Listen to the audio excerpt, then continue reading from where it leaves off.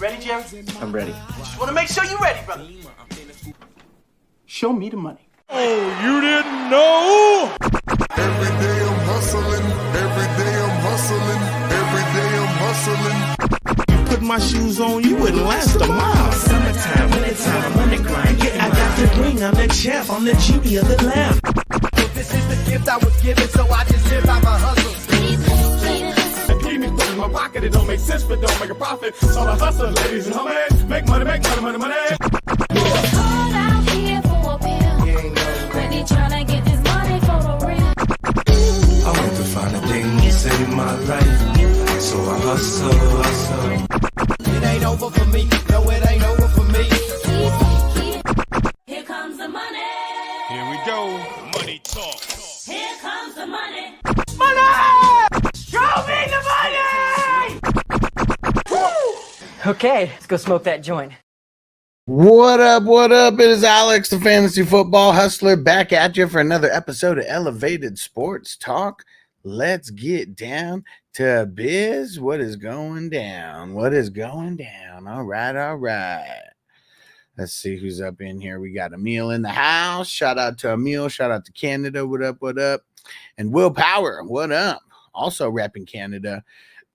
Said Cleveland restructures Deshaun Watson's contract, changing it to a signing bonus, allowing Cleveland to have the most salary cap room in the NFL. Ayuk to Cleveland.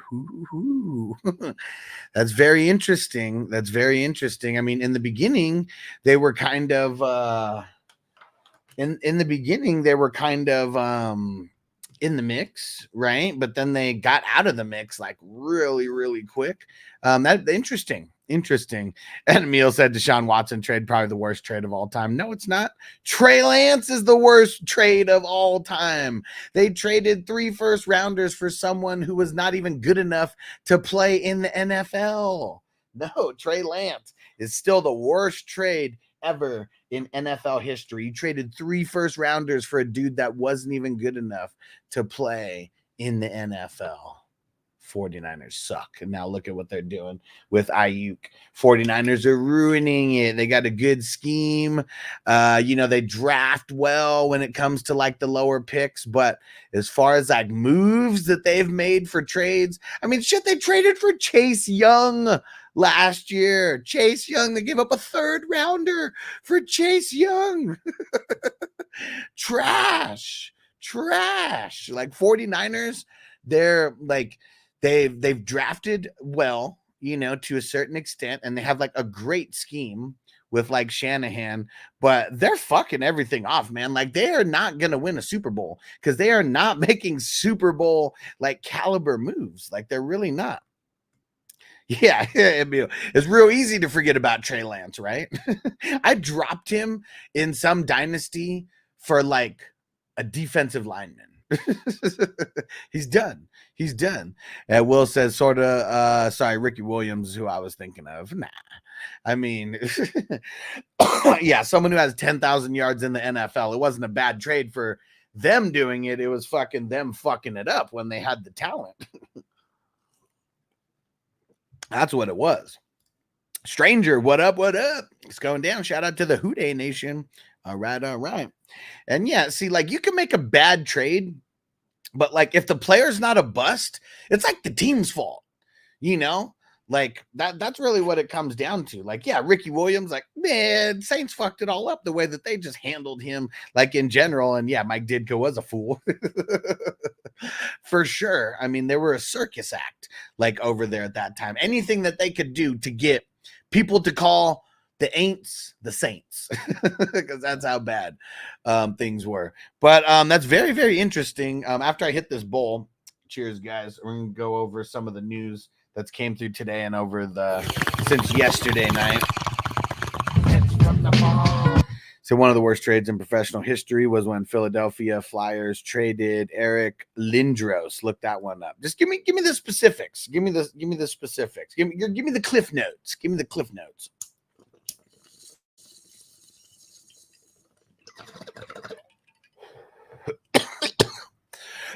I thought the worst hockey trade ever was when was when they traded for Gretzky. because like LA never won with Gretzky, right? Like I mean, you Canadians, you guys are gonna need to put me up on game, like because I'm pretty sure the LA Kings 20 2012, 2011. I went to the I went to the NHL finals, the Stanley Cup finals that year, and they said that was the first time that they ever won. Corey, what up, bro? He said live bright and early. I love it. Yeah, 8:30 a.m. pretty much Monday through Friday. Worst trade in sports history. Still Ruth to the Yankees. I mean, that started a 100-year curse. That started like a 100-year curse. Like that's insane. Then I know it wasn't 100 because they won in what 04. Something like that, whatever it was. But man, that was a huge drought of not winning nothing.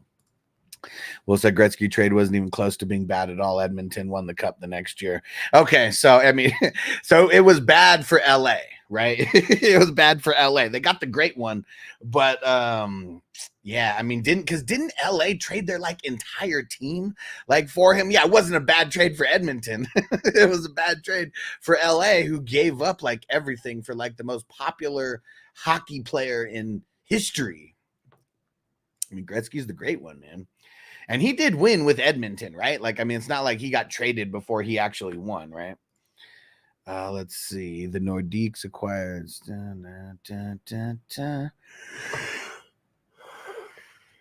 Yeah. I mean, you say it's bad, so I'm assuming everybody that they got was trash. I don't like when we throw out a bunch of fucking hockey names, you know, a bunch of old hockey players, like, man, those are just gonna be a lot of guys that I'm still not like sure who the hell they are, unless it was like guys who were on the fucking the Red Wings in the 90s. Because man, that's when the hockey games were like the shit. And I just remember playing all the hockey games and always wanted to be the Red Wings. They were so dope.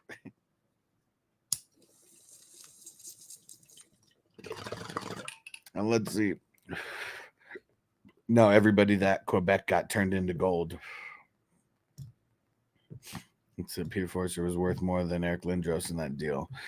Well, I mean, see, but like, I don't know. I guess I don't know what we're considering. I mean, a bad trade. I guess if it's a bad trade for both parties, that's just a horrible trade. Quebec turned into Colorado and won their cups. Okay.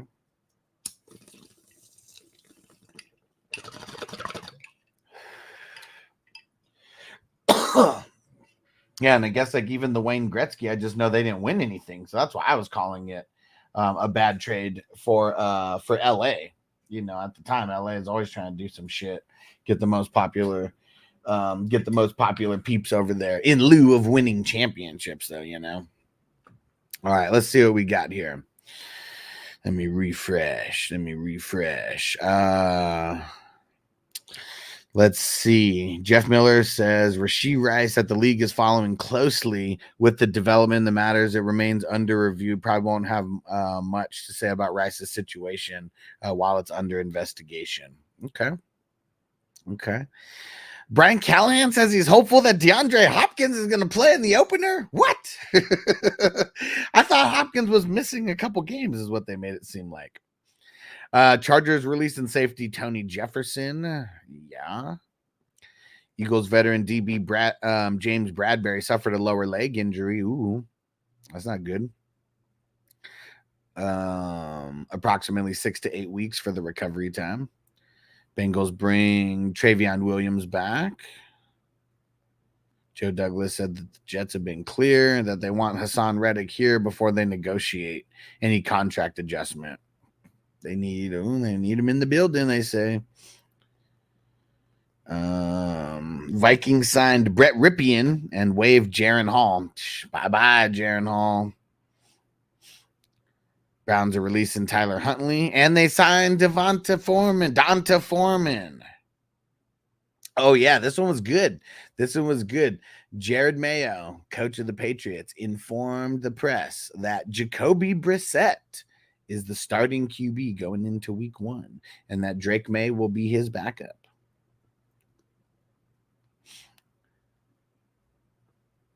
Let's see.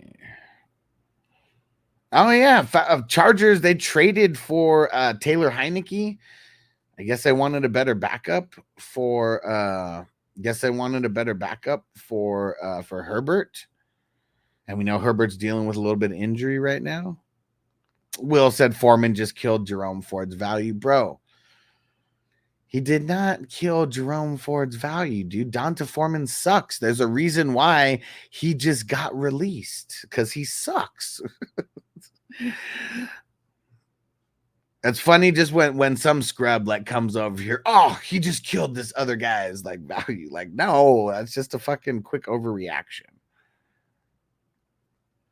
Ryan Pohl said that Keenan Allen should be fine despite missing practices. Isaac Guerendo, he tweaked his groin, but they say he's hopeful he'll be back next week. And Will says Ford is ass. I mean, so is Donta Foreman. And Ford actually has a job. Like, he wasn't out searching for a job. Crispy said, I injured my brain cutting players last night. You should have just waited. You should have waited. You didn't need to yet. I'm going to go through, though. You didn't need to. You should have waited till midday today. Because, I mean, I could go through and I could do it like right now, but I'm probably just going to be waiting until I get off the show. But, yeah, time to make those moves, man. Cut downs. This is our cut downs 1 week before the season starts. Emil said, what's the difference between getting released and getting waived? Getting released means you're just like cut. Anybody can sign you like right at any given time.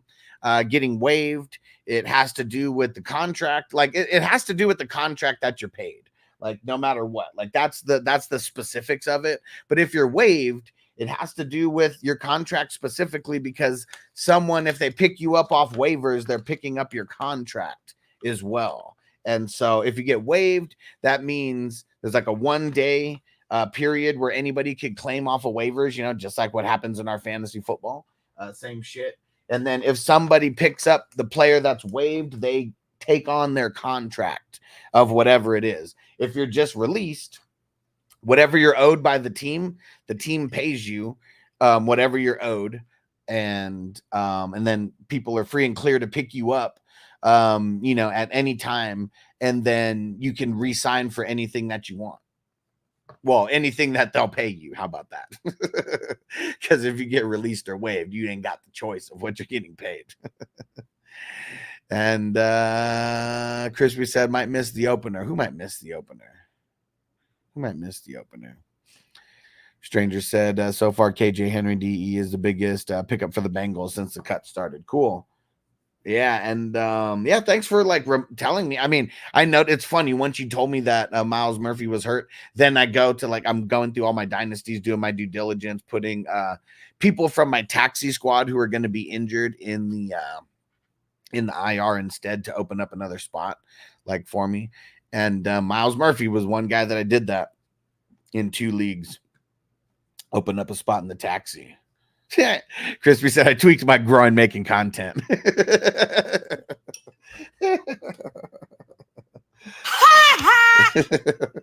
Oh, wow. You got to be shitting me. You're fucking savage, Crispy. You're fucking savage. That one got me laughing out loud. Derek. Hey, salute, Derek. What up, bro? All right. And Derek, you just missed all the news that it just came out. Nothing too crazy, but I'd say the craziest thing was Jacoby Brissett being officially named the starter. Officially named the starter for week 1. We have no idea how long you know that's going to be in place for. But Jacoby Brissett knows the Patriot way. Won some games for him back in the day when Tom Brady was suspended and Jimmy G got hurt, and ended up being the starter for the Colts, like on a whim when Andrew Luck retired. And kind of just like a journeyman who knows what he's doing, you know, like he's a vet in this game. And it's probably way better letting Drake May sit for however long they let him. They could let him sit this whole year and that would be fine. Because what would you rather have? someone sit a year and get fully prepared, you know, to take the start? Or would you rather have it be like someone like Mac Jones? You know, they bring him in there, catches some people by storm, you know, he does pretty solid, but then by year 2, completely fizzles out. And Derek said, well, I thought Drake May would get the start because Jacoby was hurt. Wow. Well, I mean, he's hurt. He's not injured, though. Like, that's the difference. We know that everybody in the NFL, you know, you come a couple games in, you're just a couple games in. I mean, you're everybody's hurt. Emil said, nah, let him play. I didn't draft you 3rd overall just to sit. See, that's the thing, though. Trey Lance was drafted 3rd overall. Sam Darnold was drafted 3rd overall. Zach Wilson was drafted 3rd overall. I mean, that's 3 3rd overall picks that I just mentioned that have been drafted in the last 5 years. Sam Darnold, because of the injury to the rookie, like now he's got a job for like a full year. But come on, man, it doesn't matter where you are drafted. You could be drafted with the 1st overall pick. Like, it is all about making sure that these guys are ready, and the Patriots aren't winning shit. So, like, what would the point be of making him start the first 4 games of the season? Let's just say that. Like, why wouldn't Jacoby be given 4 games, you know, to see what Drake May is doing, actually preparing? It's so hard to prepare as an NFL quarterback. Like, that's one of the things. Like, man, it is so hard to prepare as an NFL quarterback. It is no easy job. So, like, if you could just learn the preparing, you know, part of it, could be a half a year. Could be 4 games, could be a full year, you know, like that's my point. And he says, I see your point. Yeah, I mean, that's my whole point, is that you have this kid potentially for 5 years. For 5 years, if he's good, you know, you'll have him for the 4, and then you give him his, you know, unless he's really, really good, and then you extend him early. But that's just one of those things, man. I mean, look at Jordan Love. Like, I know that they picked him up, you know, because they thought Rodgers was going to be like leaving in a year or 2 or whatever.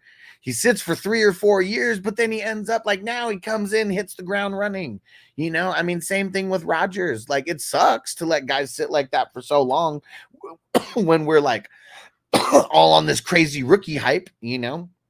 But who's to say that Drake May is ready to go up against the Dolphins defense right now, the Jets defense? I mean, those are just 2 teams in their division that they're going to have to play 2 times each. You really don't need a young QB. You really don't need their mind getting fucked up, because once their mind's fucked up, there's no coming back. There's no coming back at all. There's no coming back from that. Because, like, you know, everything that's happening on the field, I mean, all of these guys are super, super talented when it comes to what they're putting on the field. When it comes to the best quarterbacks, though, between the ears, man, like, that's really what makes the best quarterbacks turn into, like, some of the best franchise quarterbacks that we ever see, you know, and it's how smart they are. And, like, and not just how smart they are, but it's like how they're picking up the game, how they're reading the defenses, how they're preparing for Sundays, you know, all that type of shit. And he said, Jacoby and Darnold are sitting in my WW, my Superflex Best Ball League. Well, I mean, things will, I mean, that's pretty cool. That's pretty cool. You're looking good. And Jay said, yeah, not everyone's CJ Stroud. Even the guy who was picked in front of him, Bryce Young. Like, I mean, come on. Like, we'll see what he does this year. But if we're just going from last year, you know, just off of rookie year, where a lot of people like determine your entire future off of your rookie year, Bryce Young's looking like a bust, and CJ Stroud's looking like a franchise quarterback, you know? And like, that's how quick like things can turn. And like, let's see what Bryce Young does, because I'm not saying he's like a complete bust yet, but I don't want no parts of him. Like, he's got to do a lot to turn around a real shitty offense. And it's not all on him. It's not like, man, like, he's probably so pissed that the Bears traded away, you know, that pick. Because as bad as the Bears are, I mean, the Panthers are really bad right now as well. Really, really bad. So, yeah, not everybody's CJ Stroud. You're damn right, Jay. Toker 1, Jay.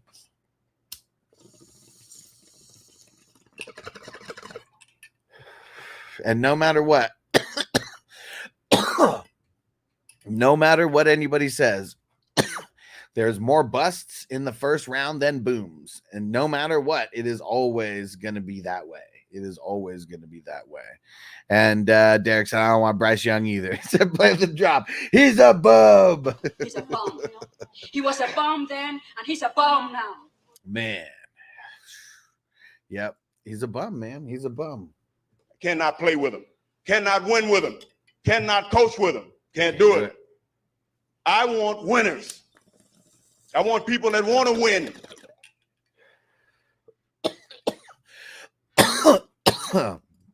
He said, yeah, when you jump in the sewer, you come out stinking like shit.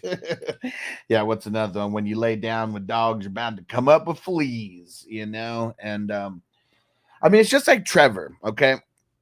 Super uber talented, you know, like the best fucking QB prospect since Andrew Luck, you know, like just everything. Hype. And even before that, it was Tua, right? Everyone's tanking for Tua. And all this shit. And look at Trevor. Goes to a real shit situation. Real shit coach. Nobody really over there, like at all, like to help as far as pass catchers go. And then, you know, year 2, I think they got Christian Kirk. You know, that year you start making moves. You get like Calvin Ridley. What was he? Calvin Ridley for year 3 or something. You know, I mean, a lot of different things, but it's like people are hating on Trevor because he's not putting up the best stats. But man, like the shit that he has overcome over there, because the Jags have been shit for a really long time, especially at the quarterback position. And hey, Antonio in the house. What up? We're talking about some potential QB busts. And what up, Jose? What up, bro? And Will said Urban Meyer almost ruined that franchise. Lord's real. Like, that's what I'm saying, man. Like, look at a guy like Vince Young. Okay. I'm not saying Vince Young's the most talented quarterback or whatever, but he was a top 3 pick in the NFL draft. He ended up winning, you know, the national championship, where that might have been the most players that came into the NFL from like just one game. I think there was like 30 guys out of that championship game that like made it, you know, that far, and or made it to the NFL after the championship game, all seniors and all that shit. And man, he has like a great year 1 season. I mean, everything's looking good. Makes the Pro Bowl as an alternate, you know, a whole bunch of shit. And Jeff Fisher, man, he ruined him. Jeff Fisher ruined him. And Derek, he said, in training now. He said, now y'all been trying to listen while I can for now. Appreciate you, bro. Appreciate you, my brother. Stranger said, I was happy to hear that New England named Brissett the starting QB. It was great. It was nice for the Bengals to have a home warm-up gimme before going to KC week 2. Hey, man, Jacoby Brissett's a vet in this game, you know. Could be a trap game. Jason, I don't think Daniels or Williams are in the same situation because they got some teams around them. Well, I mean, Caleb automatically starting off, you know, with DJ Moore. Then they go get Keenan Allen. Then you draft Rome Odunze. I mean, like you look at some of these quarterbacks who come into the NFL, like he's actually starting with like 3 decent options. I mean, some would say better than decent. You're not just setting the kid up for success. You know, it really is. It really is trying to anyways. Like we'll see how much the fucking the coaches, you know, kind of like mess things up or whatever. Because Chicago, I mean, they seem that they're doomed, but they're doing the right things around fucking Caleb. Like that's for sure. They got a decent defense over there. They might have the best secondary in the NFL. They might. They're very, very solid. Very, very solid. And Kyler Gordon, get ready, guys. They said they're officially moving him to the nickel spot. I think he's going to be the full-time nickel. So for fantasy football, Kyler Gordon, booming. And Crispy, let him know. Get into the IDP draft. Yeah, we need a few more for the WWF themed Superflex IDP. It's a $55 buy-in. We're going to be drafting our wrestling characters. I'm going to be doing a Royal Rumble live on YouTube for the draft order. It is going to be super, super fun. You guys do not want to miss them. You guys do not want to miss them. Aaron Rodgers and his Jets are a mess, according to 31 NFL agents that spoke to The Athletic. There's a complete disarray over there. Look at how they've handled Aaron Rodgers. Has one player had more power than him? Tom Brady, Peyton Manning. I mean, I think people are just hating on Aaron Rodgers. That's what it is, bro. That's what it is. And it said they've been unable to convert him into a team player. That's bullshit. That's bullshit. That's fucking bullshit, man. Like, go look at the shorts, on my YouTube channel that have to do with Breece Hall's interview. Like, all they're doing is praising Aaron Rodgers. Like, man, fuck those dumbass agents, just trying to stir up shit. Hell no, man. Everybody on the team, and maybe not everybody, there's a shitload of people on this team. People are hyped. People are hyped on Aaron Rodgers. Like, man, Breece Hall is so giddy about Aaron Rodgers. Like, man, they're fucking stupid. And Theo's excited to see Richardson again. People won't say he's good, real life QB. People say people are hyping the fuck out of Richardson. Not me. I'm the exact opposite, and it's because people are hyping him so much. Hopefully he gets to see a full season of him. He better have learned how to protect himself, because if he doesn't protect himself while he's running, he's going to get hurt again. There's no ifs, ands, or buts about it. You can't just be that big and think that you're just stronger than everybody else, because it's not college anymore. Now motherfuckers who are 5'10", some stouted fucking linebacker can just just peel your cap back real easy. That was his problem last year, trying to fucking lower the shoulder into motherfuckers, trying to bully people. But yeah, it's you can't bully grown men out there like you could in college. That's the difference with them. Johnny, what up, bro? Wes said Darnell Mooney sleeper of the year. I doubt it, dude. Mooney kind of sucks. Said I agree. It's all bullshit and propaganda. They're still hating on Aaron Rodgers because of his immunization comment. Yeah. I mean, for sure. Aaron Rodgers is going to be the villain 9 times out of 10 when it comes to the media and just everything that's going on, because the media hates him because he doesn't talk to the media outside of the times that he is forced to talk to the media. I mean, he went on Joe Rogan. That was a good outlet for him, and man, that's a good listen. If you guys want to go get some insight into Aaron Rodgers, that's a good listen. And what else? And then Pat McAfee. I mean, I don't know if he's going to be going back onto Pat McAfee. We'll see. I mean, he should be. I mean, that's one of the reasons why ESPN picked up Pat McAfee. And people say he's going to be good for fantasy, but not real life. Yeah, I mean, it's all one and the same to me, because and the reason why, it's because everybody plays in those 4-point passing touchdown leagues and shit like that, where it's only the mediocre quarterbacks who get the extra boost for whatever reason. Magic Man Ricky said, we got 1 week, baby, on the road to a 3-peat. Let's go. Let's go, Mahomes. Let's go, Kelsey. Let's go, Pacheco. Wes said, Jake London going to shit the bed and Darnell will rise. I mean, give me I know it's easy to say that, this guy's going to suck, so this guy's going to be good. But outside of just that random, just thought that popped into your head, what's the reason that Darnell Mooney would just randomly be good? And what's the random reason that Drake London would just suck? Because I don't know. Darnell Mooney's always sucked. Drake London's only played with Desmond Ridder. I'm just curious. What is it? Theo said Rodgers is overrated. See, people love hating on Rodgers, man.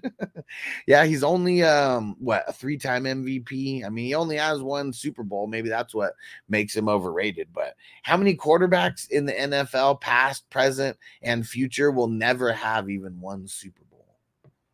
Got to think about that. I look at Mike Hilton, 5'9", 180, and he's stuck King Henry. I mean, Mike Hilton, he'll lay some wood. He'll lay some wood. And see, and that's what I'm saying, though. Like, it doesn't have to be some fucking huge 500-pound lineman. That's like the only guys who are going to hurt you. Like, man, if you make it to the NFL as a defensive player, more often than not, you can fucking hit. You know, like, you got to be able to hit. You're fast for sure, because everybody in the NFL is fast. I mean, even those fucking defensive linemen, super fast these days. Not everybody, but just as a whole. And Emil said, no, Richardson's overrated for sure. For sure. Will said, here's the thing. A lot of these newer players that enter the NFL don't understand what the definition of pro means. Guys are paid money to hurt you and do a job. He said they aren't boys. Well, I think people realize that, but it's like until you get your welcome to the NFL tackle, smack, you know, whatever, like that welcome to the NFL moment, we hear you know, we hear these rookies like, oh yeah, like I got hit harder than I ever got hit in my life. And now I know this is grown man shit. This is grown man shit. Will, what up, Will? He said, rank these RBs, Jacobs, Mixon, Cook, A-Chain, Kamara. He said, I need to get an RB at the 3-4 turn. Not sure which will be available. So for me, it's Jacobs, A-Chain, Cook, Mixon, Kamara, and it's probably going to be Jacobs, A-Chain, Mixon, Cook, Kamara. That's how I'm ranking them. Let me know. I know you threw this in a couple minutes ago. Throw a thumbs up or something so I know that you heard. Theo said he didn't deserve his last MVP. I mean, we could say that, but he won it. He won it. Who else should have won it over him? He had 1,000 yards before. Now he has a better QB. Mooney case. I mean, 1,000 yards is not good. Like, I mean, 1,000 yards is not good. That's 58 yards a game. We've got to stop acting like 1,000 yards is good. We have to. 1,200, that's different. That's different. 1,000, no. Magic Man said Darnell 600, 5 touchdowns. My projection. 5 touchdowns? Watch, hell no.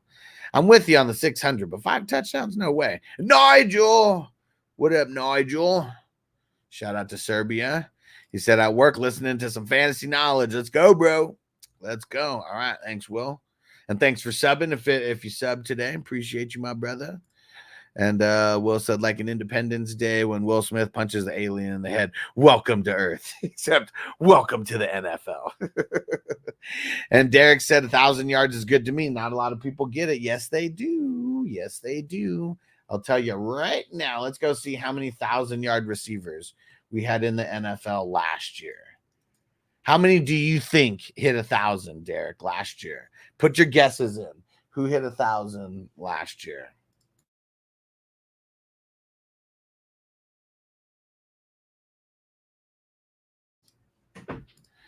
Said you're not elite, but you're good. But everybody's good in the NFL.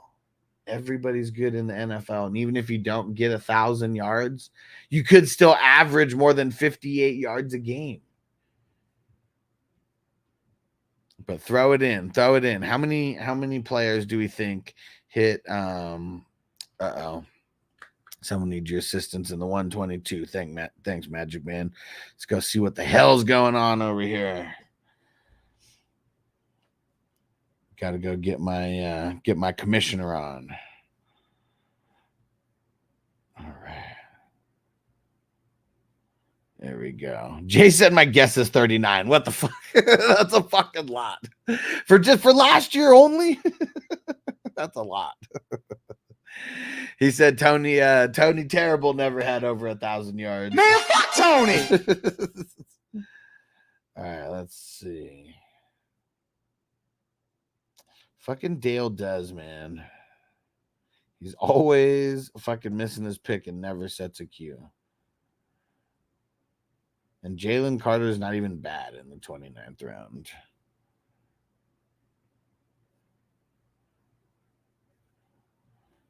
So tell me the number, Derek. I'm going to go look it. Derek said, getting your Roger on. We're going to do better. We're doing better than Goodell. All right, let's see.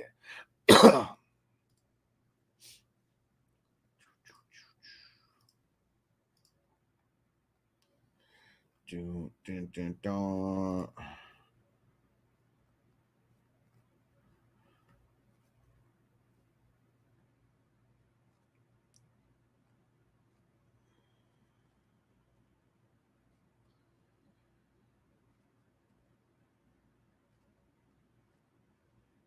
Okay.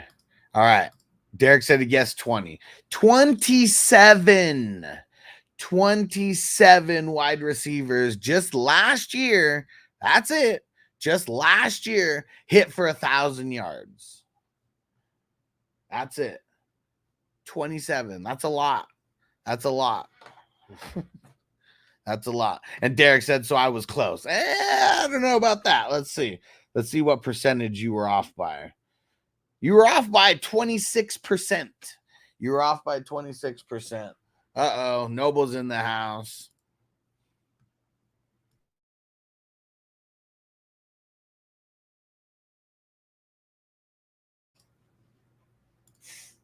Giant said Godwin had 1,000 last year. Having him on my team sucked last year.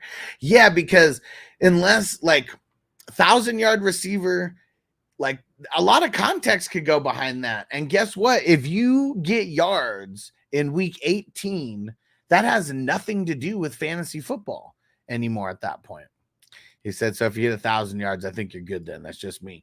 Well, yeah, I mean, I understand 17 games now. Like, I mean, I doing the research and looking at it and realizing that even going back to the 1990s and all that shit, there was always at least like 20 guys who hit 1,000. 1,000 mark is, I mean, it's a benchmark for like the season that's like good for the NFL. For fantasy, it's whatever. 1,000 yards in a season is not good. Is not good. Will said Noble must have a wife beater underneath his shirt. Said didn't recognize him for a second. What up, Bakes? Doug said Tony will get picked up fast. Man, fuck Tony. No, he won't because he hasn't been picked up yet. It's already been over 24 hours. Let's see what Jose said. What do you think? I think if your team doesn't look good after you leave the draft, you didn't do a good job drafting. So let's see. Mahomes, Hall, A-Chain. Good start. Higgins, Godwin. Godwin shouldn't be a starter. That's not good. Musgrave, that's horrible. Flex is Kamara. I don't really like that. You should have gotten your wide receiver 2 instead of Kamara. Let's see. And then, damn, so you went crazy.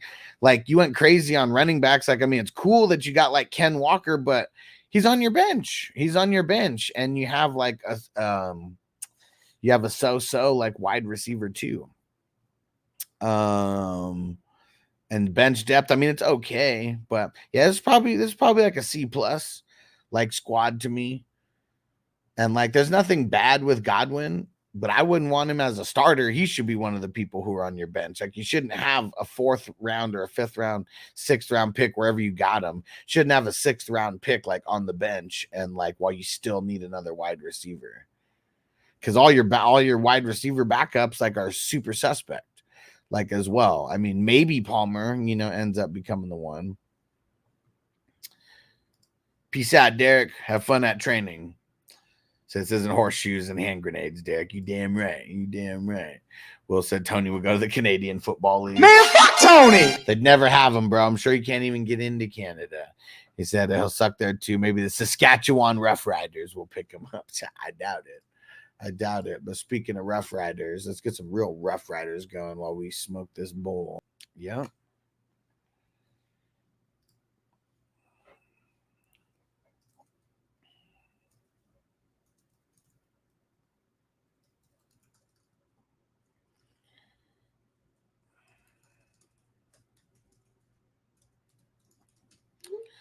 All right. So he's back in class with with Mike Thomas now. And Magic Man, I think the NFL should do an expansion team. Seems like a lot of talent out there not playing. No, the NFL's not ready for an expansion team yet, because you got to have the quarterbacks. Like, that's what this is all about. Like, why do the other like football leagues not strive? It's like quarterback play, like if you don't have like really good quarterbacks, And the offensive linemen too. You got to have good offensive linemen, good defensive linemen, and good quarterback play. Like, I mean, you're not going to have good football if you're missing like two out of three of those things. So no, NFL's not ready for an expansion team yet. I mean, look at teams like the Texans, the Panthers, the Jags. Who is the other expansion team that's came in the last 30 years? Like, look at how bad the Jags are, man, for most years. Like, I mean, they had a couple little spurts of like being good, but mostly it's been trash. You look at the Panthers, I mean, they made it to the Super Bowl, but like, I mean, that was a lot was on Cam. Like, I mean, he put that entire team like on his back, and like they really couldn't compete when they actually got to the Super Bowl. But yeah, like you look at some of these teams and it's like, do we want teams that are like easy dubs or like flashes in the pan? Like I like the competition the way that it is right now, and you'd have to add at least 2 teams. And even then, like, it seems like you'd need to add 2 teams per conference, or that would just be weird. So, like, yeah, it seems like I don't think that they should expand until they're ready to expand to like 4 teams, but like maybe how about 4 teams over a 2-year span or something like that, or a 2 or 3 or 4-year span, like something like that, because like it would definitely need to be planned, to a certain extent, but. Yeah, it would just be weird how it all worked, because if you just added 1 team to each division or 1 team to each conference, how would that work? Because then you would just be adding 1 team to 1 division, and that would be it. Unless you split it up and then there's like 5 divisions of 3. But no, that wouldn't work, because right now there's 4 divisions of 4. So what would that be? Yeah, see, there's no like even way to like split that. Like, you'd have to do 2 per conference, and then you'd have to make it 6 divisions of 3. Yeah, see, that'd be interesting. That'd be weird. 42 times in NFL history, someone's recorded 1,500. 42 times. And what year, like, are we in, like, of, like, the Super Bowl era? Like, we're in the 50s, 60s? We're in, what Super Bowl is going to be this year?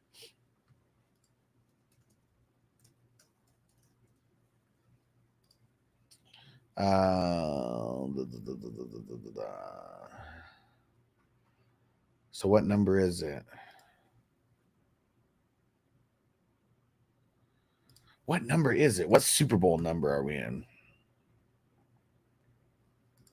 Said, I think 1 team per division with the current divisions. Big problem with watering down the product. I mean, see, like, I mean, that would be insane, because that would be 8 teams that they would add. Like, no way. No way.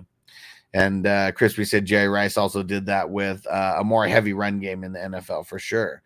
Nick said, how many spots in the $11 draft? Let's go see.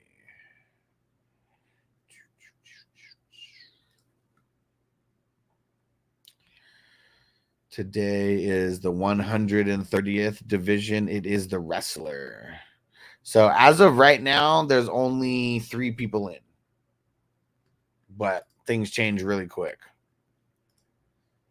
59. Okay. Yeah, what was the first year? 1967. So what would that be? So 40 would be 07. 07. 50. Yeah. 50 would be 2017. Yeah, so 50 something. But yeah, that's insane. Only 42 times. So yeah, that's not even 1 time per season, that it happened. And now maybe the averages, they're going to get a little bit higher. But let's see, even in 2022, how many people went over 1,500?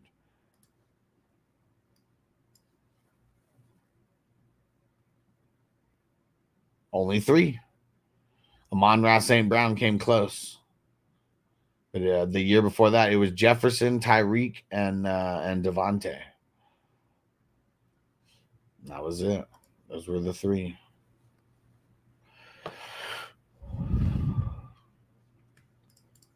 with the current shortage of offensive linemen, I don't see how even 2 teams, right, doesn't make the situation worse. That's what I'm saying. Like, how and it's not ready. It's not ready. Yeah, we need more offensive linemen. You need more QBs. And really, like, that's it. Like, I'm sure you could fill with like running backs and wide receivers and cornerbacks. Like, that might be an issue. Defensive tackles, that could be an issue. You know, I mean, defensive tackles, the really elite ones, are hard to come by.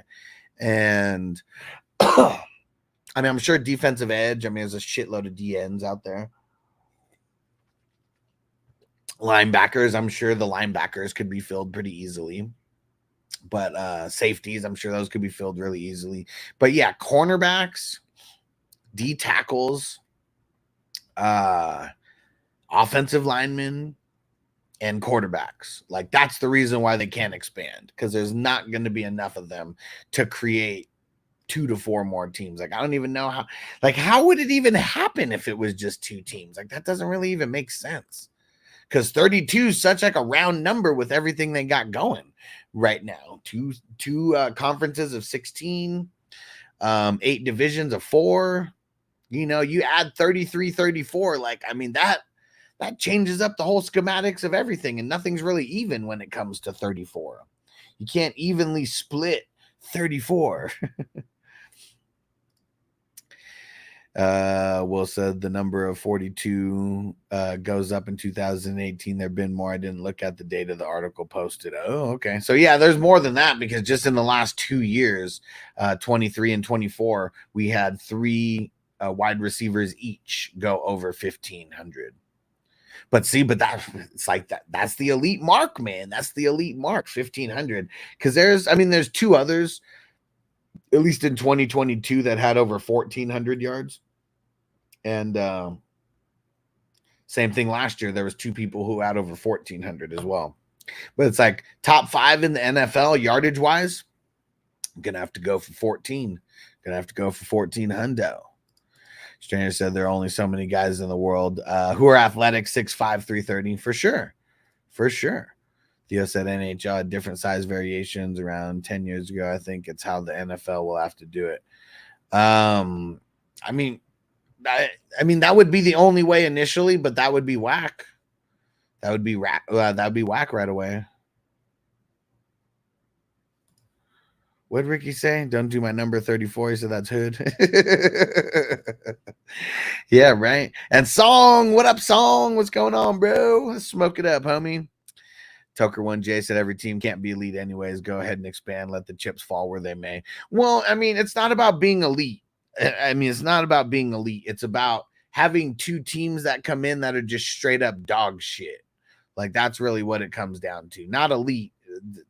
Like, we already know there's only a couple elite teams in the NFL right now. So adding 2 more, I don't know if it takes away from any of those elite teams, but I know if they do a draft like the way that they've done in the past, it's like people get like you only have, I think you can only protect like 1 or 2 players or some shit like that.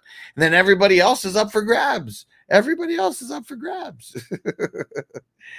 And 8 years, there were divisions with 7 or 8 teams. Yeah, okay. But I'm sure for those 7 or 8 years, I mean, how popular was the NHL? You know, I mean, I'm not saying the NHL is not popular, but, you know, compared to football, like, I don't even think it's close. I think some people would lose their shit if they were now in a division with 5 teams instead of 4. Will said, I don't think there's enough talent to expand in the NFL. If they did, I think the product would get too watered down. Sir, I mean, with those new teams, for sure.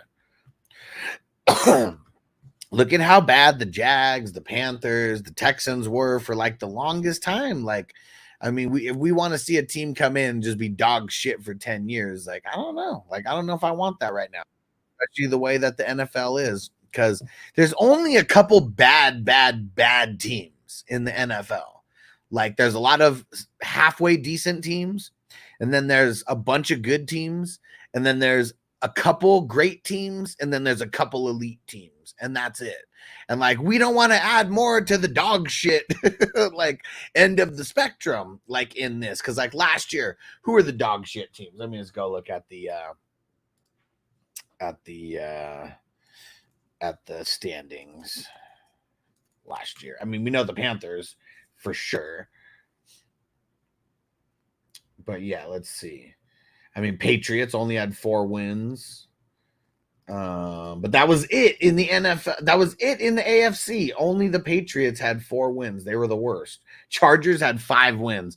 And everybody touted the Chargers as like a playoff team. I told you, man, they are bums. He's a bum. He was a bum then, and he's a bum now. And then the Commanders had 4 wins, and the Cardinals had 4 wins. And then the Panthers had 2. The Panthers were the only dog shit team last year. That's it. That's the only dog shit team. the Cardinals, the Commanders, the Patriots, those teams were bad. They were bad, but they weren't dog shit. They still won 4 games, you know. That's usually what like the minimum is in the over-under for those bad teams is like 4. They hit it. And but yeah, I mean, then it's you know, and then there's just like levels of bad, you know, because the Titans were bad, the Chargers were bad. But then you get to those like the 7-win teams. Like those are the halfway decent teams. I mean, the Jets had 7 wins last year with no Aaron Rodgers. 7 wins last year with no Aaron Rodgers. That is insane. The Raiders and the Broncos, 8 wins. I mean, halfway decent. They weren't like horrible, you know, and probably not even halfway decent. They're probably in the bad category. Those guys. Bengals, I mean, they had 9 wins, you know, halfway decent team last year. Burrow's injured the whole time. Colts and the Jags, 9 wins, the halfway decent teams. Cowboys and Eagles, though, you know, there you have some of the good teams. I don't even think they would like, who would be the elite last year? Like 12 wins kind of was elite on paper, you know. Ravens were elite with 13. It's like, yeah, you get over 12 wins, you might be in the elite category. And it's crazy to think that, because I mean, we're not really seeing these 14-win like squads anymore. Said somebody to be the 90s Browns. Chase Hill, AJ Brown. Now what what was that? The 2022? Oh. Who would you take in a vanilla league with the 7th pick? So I'm assuming you can't get one of those 3 running backs. It'd be Hill for me. CD or Hill. Well, I'm guessing CD's gone. So, but yeah, Hill. And then Amon-Ra would be my next up after that. Magic Man, Ricky USFL got players and college players coming in. It's like 5 QBs, and look at Pittsburgh. Russ could have his own team. Well, so when it comes to football, NFL is the elite of the elite. I mean, the players, yeah, for sure. For sure. Dude, what the hell? I totally just dropped my coaster for my what the fuck? I totally dropped the coaster for my cup right now. And like, it's not under. Like, where the fuck did it go? So fucking weird. So fucking weird. Oh, there it is. All right. What'd Crispy say? Close comparison would be between the NBA and the WNBA. Oh man, like the USFL and the NFL. Yeah, I mean, not even close. I mean, the WNBA has been around for like what, almost 30 years now. Took them a long time and a couple players this year to like get them over the hump of being like super popular. Dog poo championships between the Panthers and the Pats this year. Yeah, Panthers and Patriots are not going to be good. Cardinals going to be well improved. Commandos going to be well improved. Chargers, I bet you Chargers are going to be one of the dog shit teams this year, especially with Herbert already being hurt. And Titans, I feel like they're going to be one of the dog shit teams this year too.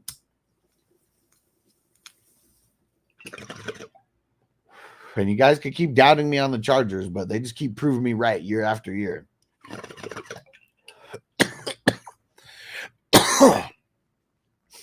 And Stranger said 9 wins with no or an injured Burrow. 3/4 of the season for sure. For sure. Magic Man, if you get the right owner and the right coach, could fall in place. Or San Diego could get a team. San Diego doesn't need a team, man, if I'm being honest, because there's too many people in San Diego who aren't from San Diego. So, like, they won't care about the San Diego team anyways. He said Mexico, 2 overseas teams. I mean, can you just imagine that, though? Like Mexico City, I mean, their stadium's dog shit. I mean, so you got to get a, better stadium. But could you imagine 2 teams playing overseas and now all these teams like have to go over there? Like I just really, I don't like, as good as that sounds, they just need to create something over there, like, and make it an expansion of the NFL somehow, or like a whole division, like overseas. Like, that's probably the only way where they could like make something like that happen. Because it's just too hard, man. Too hard. So what the hell is going to happen when the NFL decides to start letting other countries in, England, Mexico, Canada, who have all expressed interest? They don't have to. They don't have to. Like, that's the thing. Like, it's probably more beneficial for them to pay the NFL or something, to like get games over there than actually like for the NFL to actually like have teams in those areas. National Bengals Jamar Chase wants a record-setting contract that tops Justin Jefferson deal by 1 penny per report. I believe it.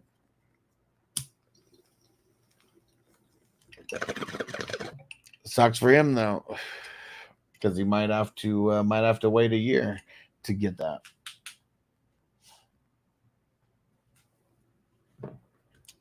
Magic Man said, I miss NFL Europe. Why? Was it good? I don't remember it. Was it good at all? Who were some of the give me a star from NFL Europe? Stranger said European NFL versus American NFL in the World Bowl. That'd be interesting. Because I know they do have a football league out there, though. What's it called? The ELF, the European League of Football, I think is what Marco always tells us about. So, I mean, they have other leagues. I mean, they have the CFL, it's just, it ain't nothing like the NFL, man. Ain't nothing like the NFL. And like, you really can't like decrease the roster size. Like, either, like, if anything, I feel like the roster size needs to be increased by like a couple people, but also hard. Then you got to pay more people. That's more people taking up, just the pool of money that goes to everybody. So I feel like that's just another reason why they'll won't expand past 53 players. I mean, they already made it where you can have a 54th member at the game, but they have to be a QB and they're inactive unless you have 2 injured QBs in front of them. And Will said the CFL is absolute dog shit. Yeah, and like, I mean, it's just because it's so different, right? Like, I mean, there's a lot of little differences. I mean, that's why the XFL and the UFL have kind of been cool, because it's a similar game, but with way downgraded talent. But they get to try things, they get to try things to make like the game experience just like a little bit better. Oh shit. Ron in the house. What up?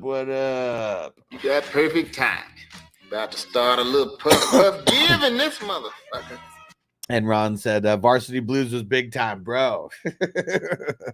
He said that man, Billy Bob, was such a crucial piece of the film that made it true. He said Moxon getting into Brown and only playing that 1 season of football, really cool as well. Yeah. And because he made it to Brown, not as a football player, just as a scholar. But yeah, man, that's one of my favorite football movies of all time. I'm glad you got to see it for the first time, man. That is super cool.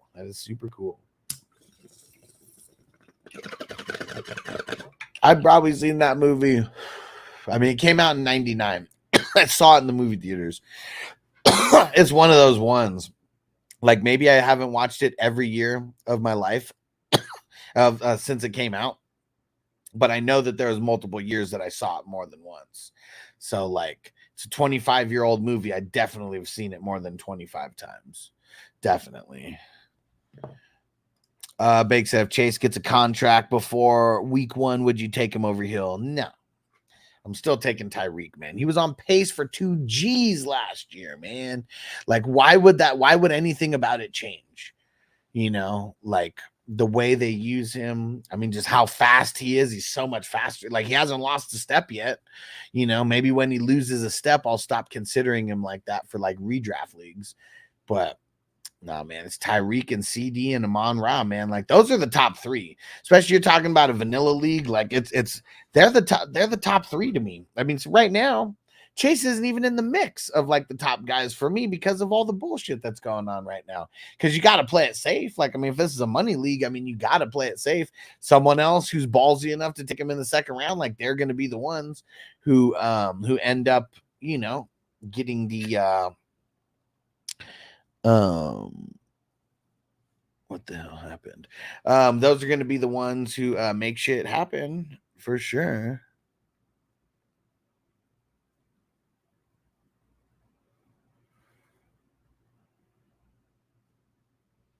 We got a lot of chatter in one of these wafers leagues.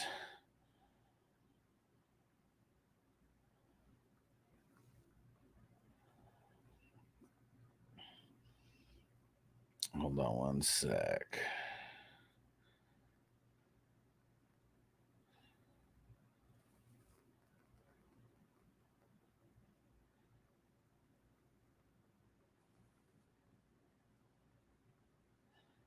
Just have to get my 2 cents in there as well.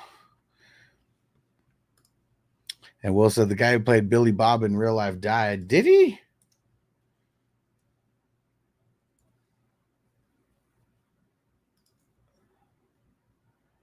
Hold on.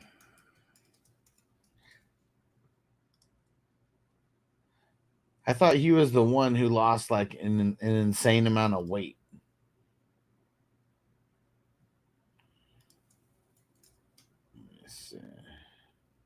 Billy Bob cried. She's a bit of a crier.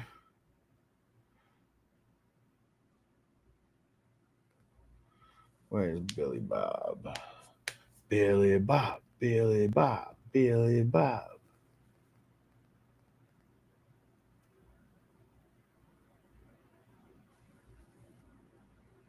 Dang, why is it, man, is he not on here?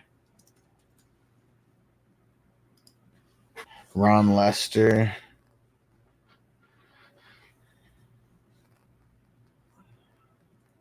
Yeah, died in 2016. Damn. RIP to Billy Bob. And he did lose a shitload of weight. He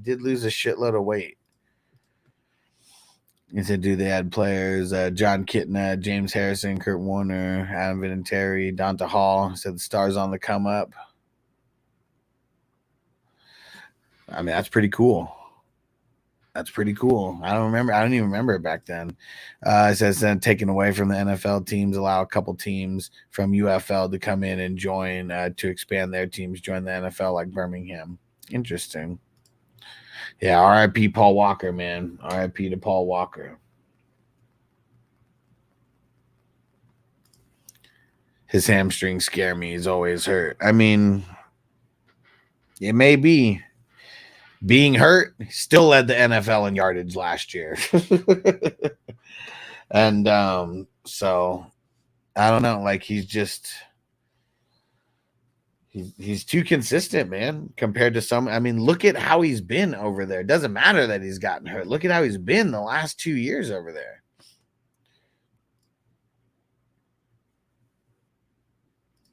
So, but you're right. He's elite and he's been practicing. Yeah.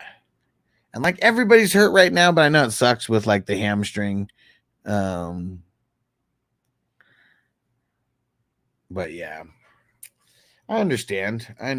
But that's my stance though. Tyreek, CD, Amon-Ra. Like if I can't get one of the 3 RBs like this year, it's going to be one of those 3 wide receivers. at least do my best to get one of those, because all those guys could go top 6. If you don't have a top 6 pick, you might not be able to get them.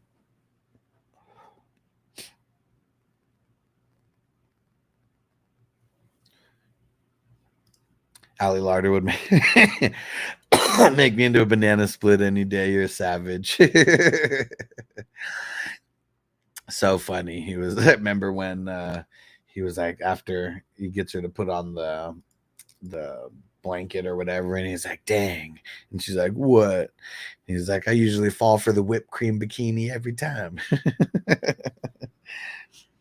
That shit's funny. And how did Lance like tell his sister like about that? Oh man, Jules, I gotta tell you, this chick wore a whipped cream bikini for me. Like, why would you be talking to your younger sister about that? I just don't, I don't know. They are in Texas. I don't know how you Texans get down over there. Maybe it's a thing.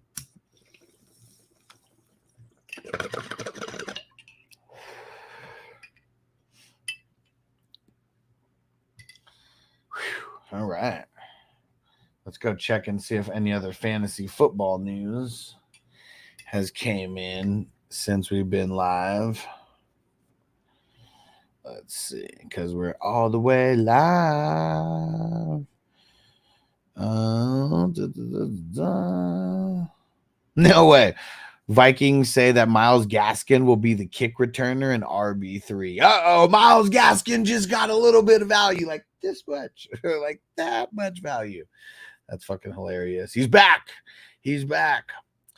Let's see. Doubling back to the call on the Chiefs, Brian McCarthy said we don't anticipate he'd be placed on the commissioner exempt unless there's material that changes in the case. Interesting.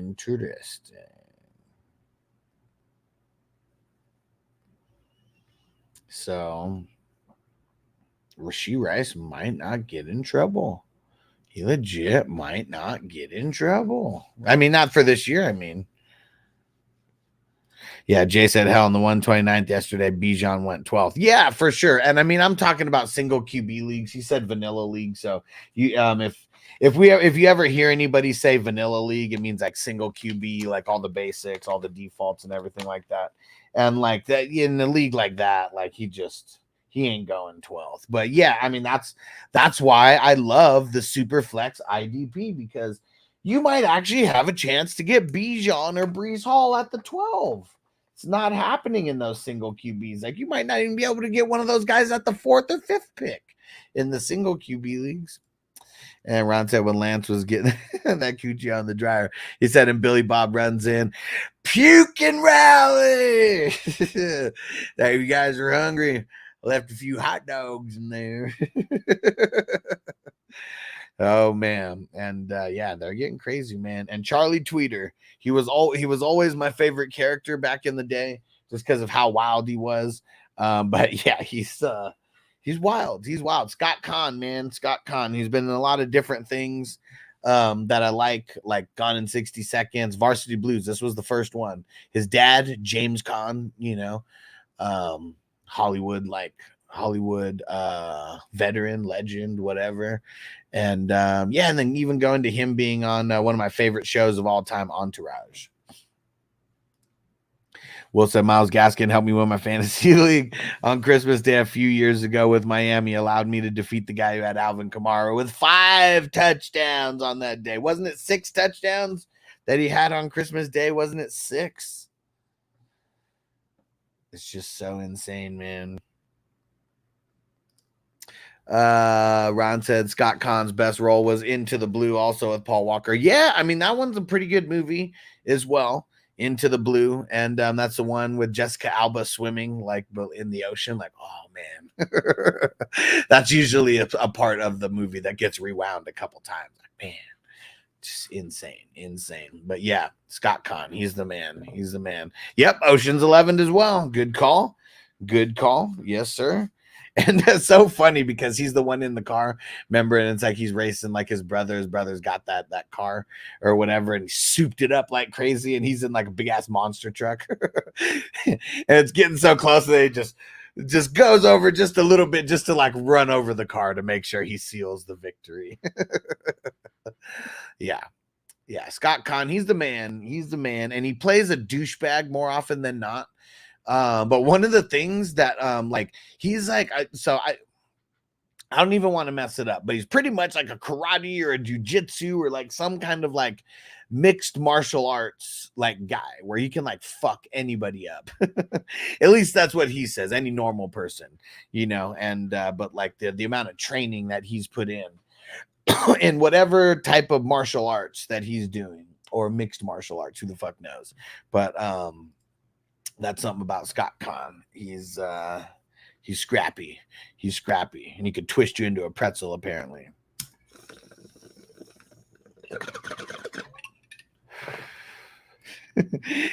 Crispy said in Texas, we be picking up a date at the family reunion. Just how close a cousin are you?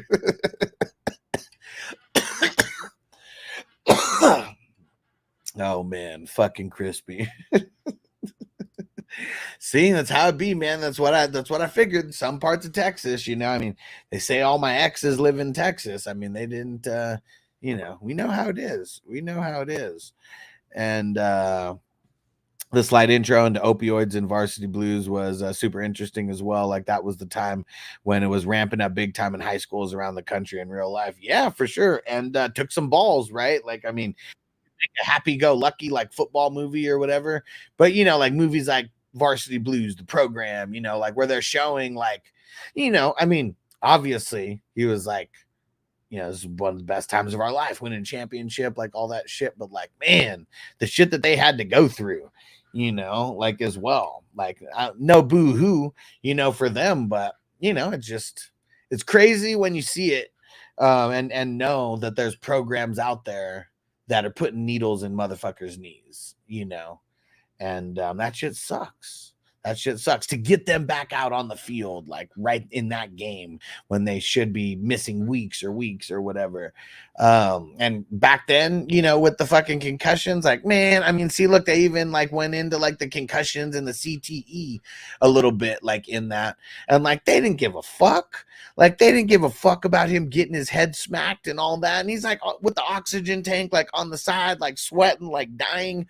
And Moxon's like, man, if you're not good, like say something. And he can't even think straight to like say that. And the coach, Moxon, get your ass back on that bench. Get out there, Hoss.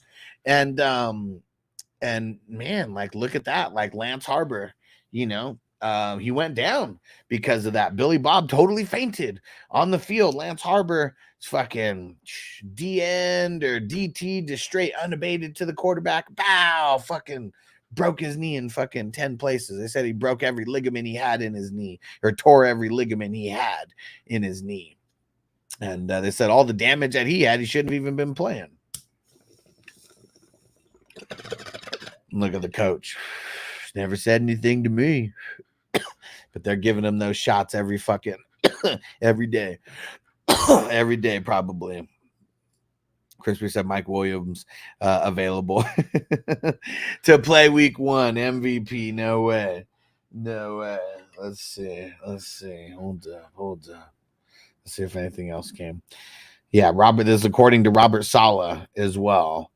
Available. It said he's available week 1. He's available week 1. And I know that's exactly what you said, but it didn't say that he was going to play. But when I read what you said in my brain, I read he's going to play.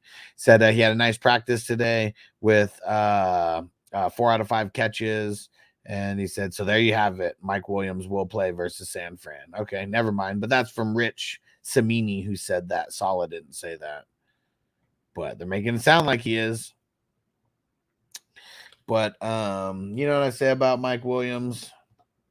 He's a bum. No. He was a bum then, and he's a bum now. He always gets hurt. Like, he's like, it's crazy because like he goes up when he makes these high ass catches where like it seems like he jumps like 10 feet in the air, but like he always falls on his side.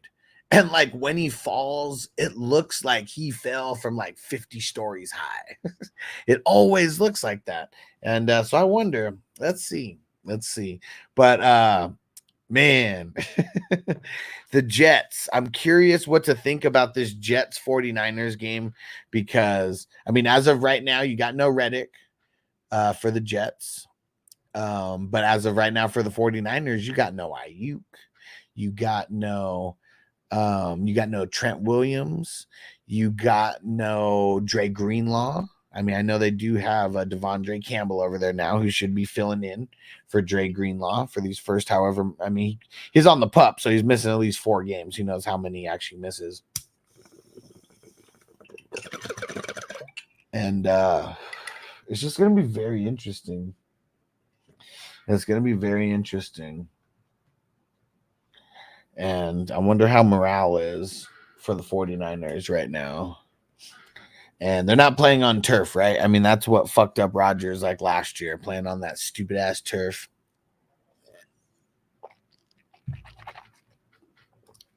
Toker won. Jason, I'm going Jets in that game.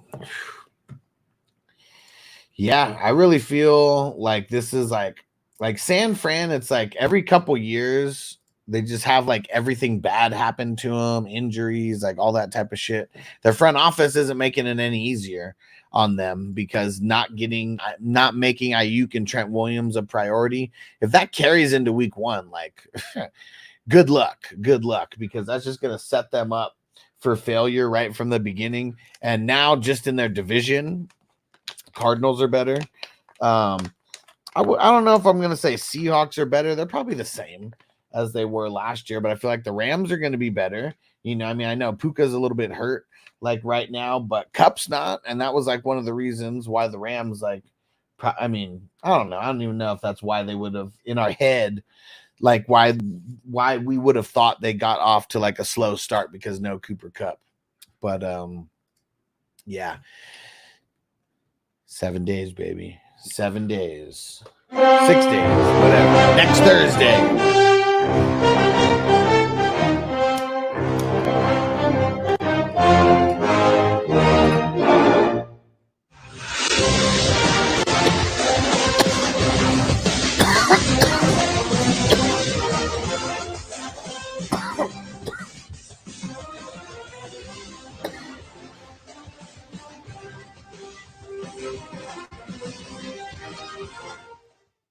Will said Dallas Cowboys running back Rico Dowdle figures to play an enhanced role in 2024 following the departure of Tony Pollard. The team brought back longtime Cowboy Zeke. And I really don't think Dalvin Cook is going to be much of anything. Like, I mean, is he going to eat into Rico? Maybe a couple, touches here and there. But he's not going to fucking – if Rico's good, okay, which remains to be seen if he's good, he's going to get the touches because Dalvin Cook is not good. He's not good anymore. Like, he's bounced around now from a few teams to a few teams. He got cut. Like, that's like another thing. I mean, come on, man. Like, you're getting cut by teams out there. Like, you're not that good. Like, it has to be a special fit for you to even do, anything. And so I'm trying to share the whole quote, but I fucked it up. All good. All good. Who's more likely to get a ring in the next 5 years, Caleb or Love? Neither one of them are winning a Super Bowl in the next 5 years.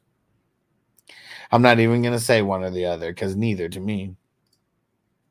Waiting on the season to start for us is like waiting to wake. It's like waiting to wake up from a bad dream, right? Right.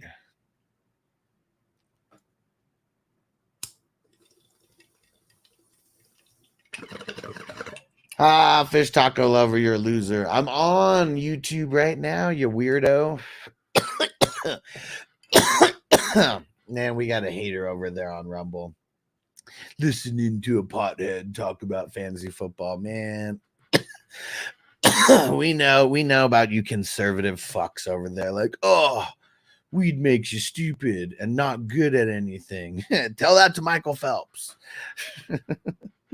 And so I think you covered it, but Tyler Huntley released from the Cleveland. Yeah, they had four quarterbacks on their squad. So I mean, you had to know that one of them was going to get released because like teams aren't carrying more than 3 quarterbacks. And if they are carrying more than 3 quarterbacks, usually one on the practice squad. So maybe he comes back and plays on the practice squad.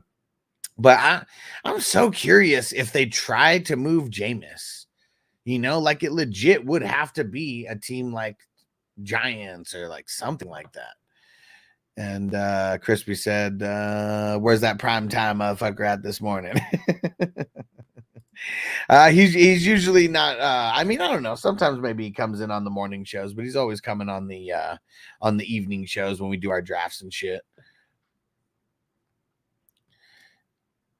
And Wood will said, man, I'm probably one of the biggest right-leaning conservatives around. I don't give a shit if you're smoking anything. Hey, there we go, man. And I know we don't get into political affiliations and shit too much, but you know what I mean. I mean, the fuck you, if you call someone a pothead, like automatically, just like you're aging yourself, like right off the bat. And if you're young and you use that term pothead, like you were raised by like some real super stupid conservative people like right now.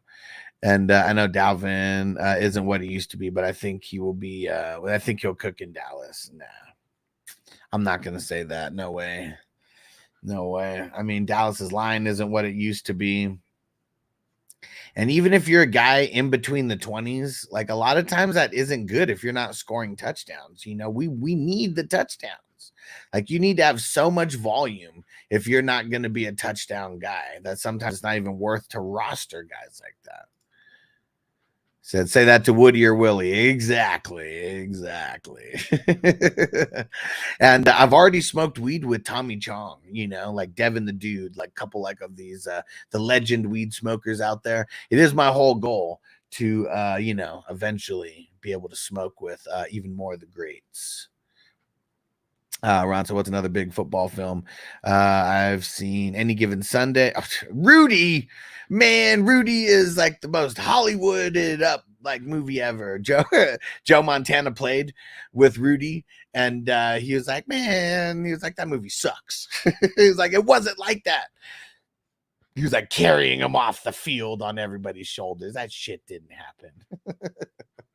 But how about The Water Boy? I mean, comedy, you know, but Adam Sandler. And how about Longest Yard? Football, Adam Sandler. Let's see. Will said Rudy's such Hollywood trash. For sure it is. And he said, my name is Willie. Where is it? My name is Willie. Baby, I keep the ladies creaming and all my fans got screaming. You can defeat me, you're dreaming. The program. I mean, there's so many. Jerry Maguire. Necessary Roughness. Little Giants. Like all you have to do is just be paying attention to the best ball drafts, because I got a whole bunch of football movies like listed in there. V Paints on Twitch. Thanks for the follow. Thoughts on my draft 14 teamer. Mahomes, JJ, ETN, Laporta, James Conner, Godwin, Christian Kirk. I mean, it's pretty solid for a 14 teamer. Yeah, and so let me see. I mean, Mahomes obviously is starter. Etienne and James Conner. I mean, those are starting running backs. JJ and Christian Kirk and Godwin. Yeah, so I mean, two starters and then one flex. Yeah, it's really solid for a 14 teamer for sure. You're definitely gonna need some running back help along the way, and probably not gonna be. I mean, you don't have to necessarily trade for a running back. You just have to be paying attention to the waiver wire like nobody's business, because running backs are always the position that comes up throughout the year, because there's always going to be people getting hurt. But make sure you hang around here, because I go live. I'm live on YouTube as well right now. I know there's no on. We usually play a lot of music, so Twitch, they delete the they don't keep the video on demand there. But if you ever want to go see replays or anything, I got so many mock drafts and things up there. Go to YouTube, Fantasy Football Hustler, and you'll find me. And definitely go subscribe. And yeah, and I have a fantasy consulting service as well. I'm a fantasy football consultant, and 420crew.com if anybody needs to anybody wants a one-on-one experience of like a guru in your back pocket that you can just, message anytime, text anytime.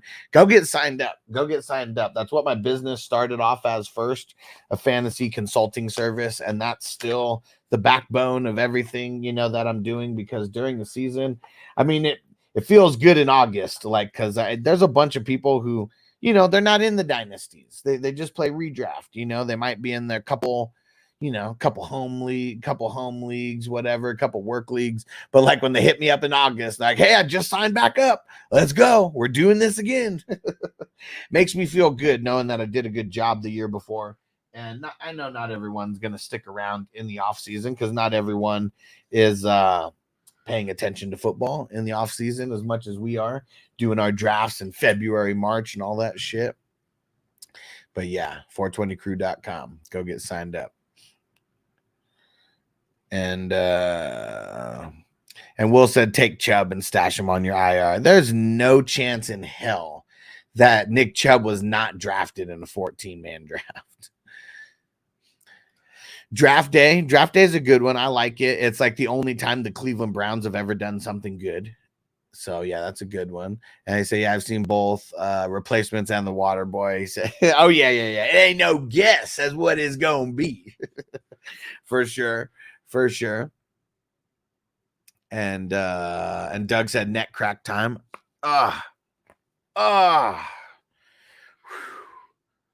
Woo. Man, it was probably net crack time way before that. Like, man, that was a big one. Shannon, what up? I've A-Chain and Richardson held over, was thinking 2 more running backs, 2 more wide receivers.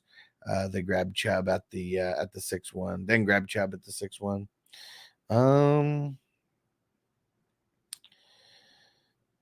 I mean, give me a little bit more insight into what you mean. I'm reading it. Oh. There we go. That's what it is. Views on taking Nick Chubb after having your set rosters. I'm good with that, because you're going to stash him on the IR, and it depends on how many starters you have, because that could be different for everybody else. But I've seen him, like, now that people know that he's like missing 4 games, he's going later. So you have to know your room. You have to know your draft mates and know if anybody would jump for him. And if you think that anybody is going to jump for him, yeah, take him as like your first bench spot and just knock it out. But you might be able to wait. I mean, in a 12-team super flex draft that just happened last night, Nick Chubb went in the 13th round. And to give context, before that, he was getting drafted in like the 8th, 9th, or 10th round. So no matter what, he's already going to be going later, because now he's for sure on the pup, not playing for at least those 4 weeks.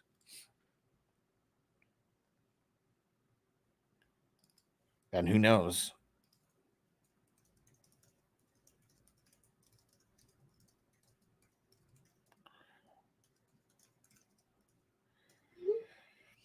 All right. Finally sent the login for me for our man Todd. There we go.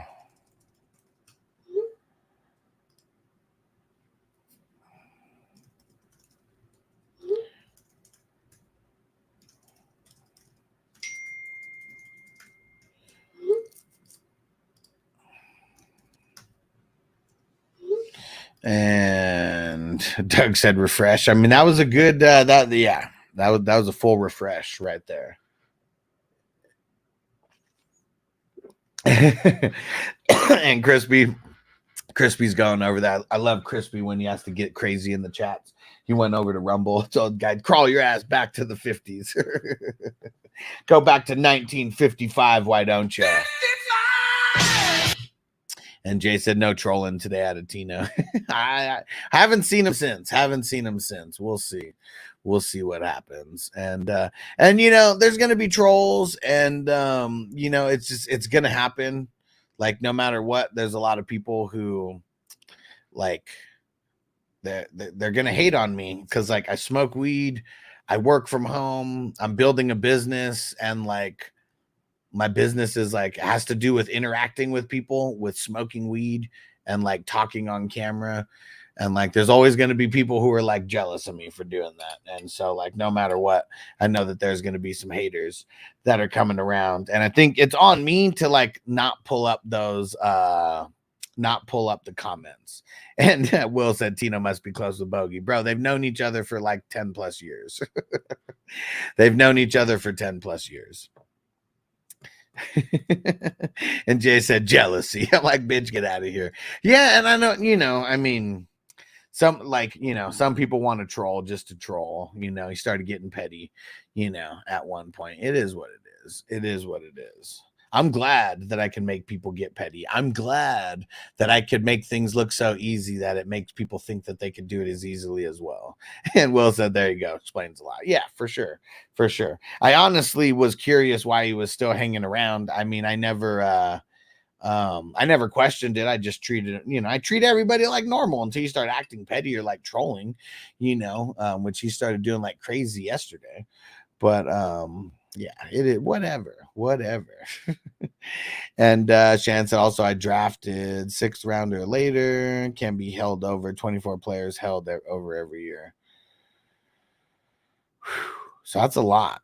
Like 24 players held. Like why aren't you guys just playing on Sleeper where it's like a full-blown dynasty? You know, where it's like a full-blown dynasty where you guys just keep everybody and then you just draft rookies like every year. Yeah, Jay said sad because I like Tino. Yeah, I mean Tino, like, you know, it's weird when I say takes that people really don't agree with, that it like pisses them off or makes them think less about me because of a football take. Because we all have takes that are right, we all have takes that are wrong. And like, that's the thing that I don't get is like, I don't know, maybe it's an east side of San Jose thing, because I don't know. Like I've never seen like anybody really get like pissed at me for like me thinking the way that I think about like a player or like the way fantasy works or like anything like that. So it's like super weird, but it's an entitlement thing, I think is what it is. You know, it's an entitlement thing.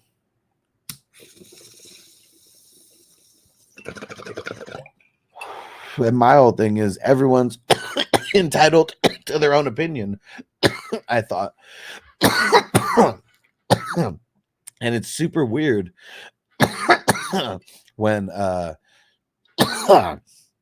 when people like are so pissed about things like future, like, no, you're so stupid, like there's no chance in hell that that's ever going to happen. Like there's no chance in hell that Sam Darnold is going to like stay on the 49ers and like there's no way he's going to overtake Trey Lance. And man, this is going to be funny. I'm so curious to see what Brock Purdy does this year. This is really a make it or break it like year for him this year, because he's not a franchise quarterback yet. Like he hasn't proved that he's a franchise quarterback yet.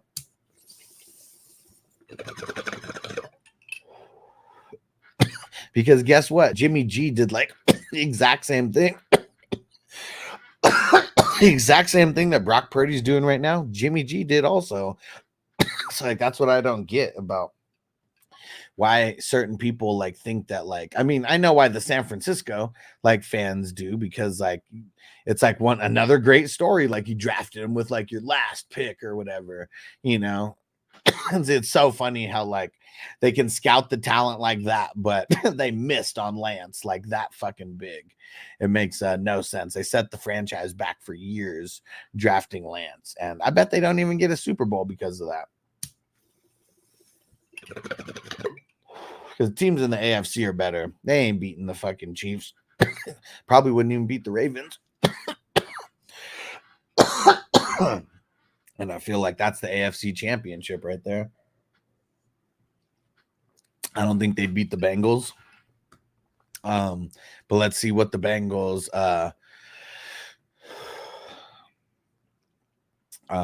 so we'll see. We'll see. What is the best last pick in a draft that you ever made? I don't know. I don't know about that. That's a good question, though. I'm surprised I don't know the answer to that.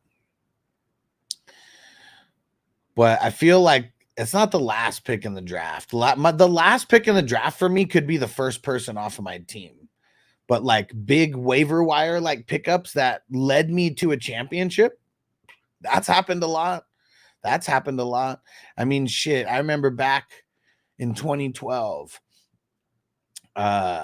James Jones and Heath Miller, getting them off the waiver wire, and like the insane run that those guys went on. Like James Jones, I think went 8 weeks in a row with a touchdown or something like that. Like having him in my flex back then with starting 3 wide receivers like as well, and having him as my fourth, a guy who fucking a fourth who's like 8 games in a row, just touchdown.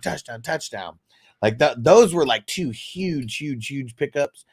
Nick Chubb though, that was my greatest pickup of all time.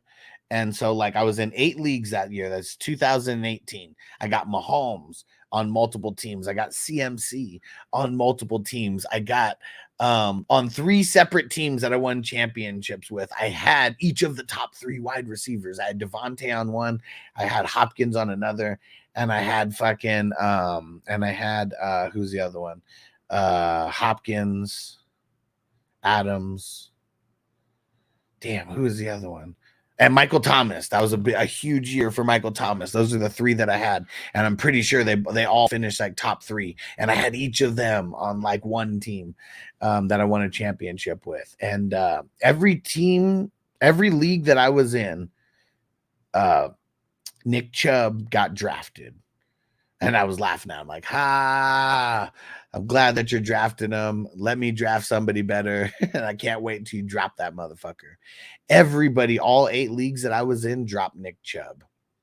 And then we get the news that Carlos Hyde has been traded. And I got the news because I'm on Twitter that Carlos Hyde has been traded to the Houston Texans. And I saw that. And like, I remember I was typing on the computer and it came up on my phone and I was like, oh shit. And like, I pick up my phone and I'm like, this is not a drill. Come on. Get him here. And I got him in all 8 leagues and I was like this. Oh, fuck. Yes. Like I was so hyped. I screamed out loud. Fuck yes. All 8 leagues. No fucking way did that just happen. No way. And like I got so many text messages, and like even one person called me. Like, man, it was the greatest feeling ever of picking up a player. Greatest fucking feeling ever when you get that many text messages from people saying fuck you. I got a call from someone who like stopped teaching in class to go pick him up and he still wasn't fast enough. Luckily that happened on a Wednesday, where it was already free agency. And man, it is awesome.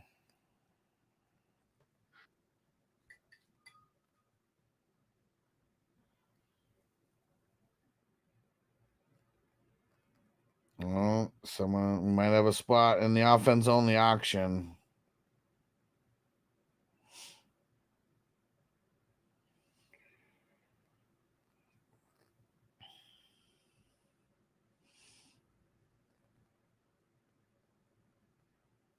All right. But yeah, that was like my best pickup like ever. It was Nick Chubb. 2018, got him in 100% of leagues. It's fucking awesome.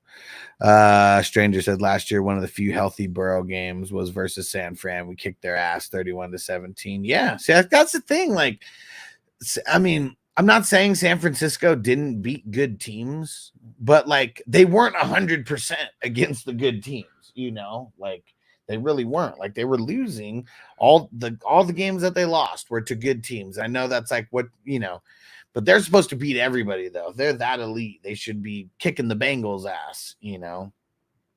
That's all I'm saying. They're front runners. There's so many quarterbacks that could do exactly what Brock is doing right now, like on that team, because it's so fucking stacked. And like we'll see now, because the games where Ayuk missed, like last year, like didn't he miss like 2 games? And Brock didn't do too good in those games. It's easy to be good when you have 4 players on your team that you can give the ball to at any time, and they're going to make you look good. Take away 25% of that, things change, because now you don't have 2 outlets in the wide receiver. You only got 1. And I know you got Kittle, but he's not a wide receiver. He's over the middle and a lot of times blocking. And especially now, if if Trent Williams doesn't play, Kittle's going to need to block more than ever, like in this game. And lucky they got CMC, because just like no matter what, saving grace. And let's hope that he's getting 10 receptions a game. It's going to, it's just going to make it awesome. Like if Ayuk's not there, he better get 10 receptions, something crazy like that. Just keep dumping it off to him. Let him make you do good. Let him make you look good.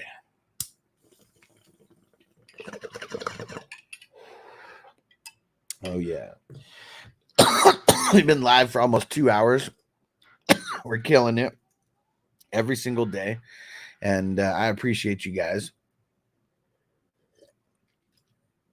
coming and rocking with us every day, because we got a lot of people who try to replicate, what we do. But appreciate you guys for being here and, always repping. All right. We're going to keep this party going, but I got to go get more water. So I'm going to throw on a song, and I will be back in a minute. Let's see. What's a good song?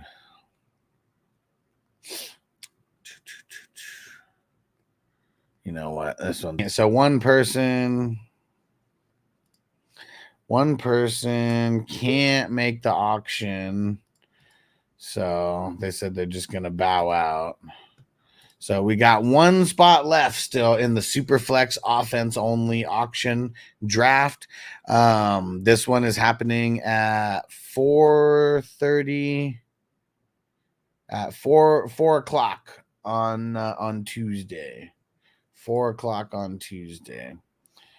I'm probably gonna start that on live, and then I don't know, maybe I'll leave it on live, and I think I can still turn it off from the road. But I know Noble's got he's got he's got football practice that day, and usually those drafts might run a little bit longer than 2 hours. We'll still think JSN's enough to get Scary Terry. I might offer that. Get JD5 and Terry stack. I don't know. Like, it just depends if the person likes him or not, because like JSN last year coming out as a rookie, like early before like the season started and everything. I mean, very highly touted. Like now, like it's really like it depends on what the person thinks about him. Because there's some people who don't think too highly of JSN, and there's some people who love him, So a little bit, he's got to find the right guy. That's really what it is.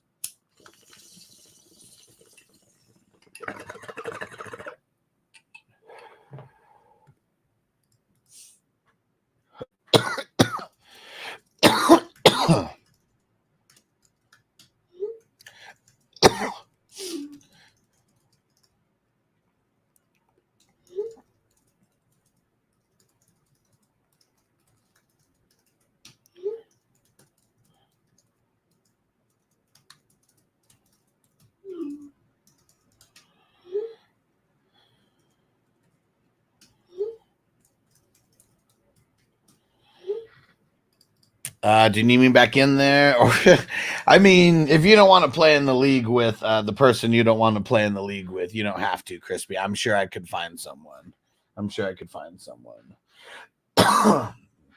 But if you want to make my life easier, you could just say you're in. You could say you're in.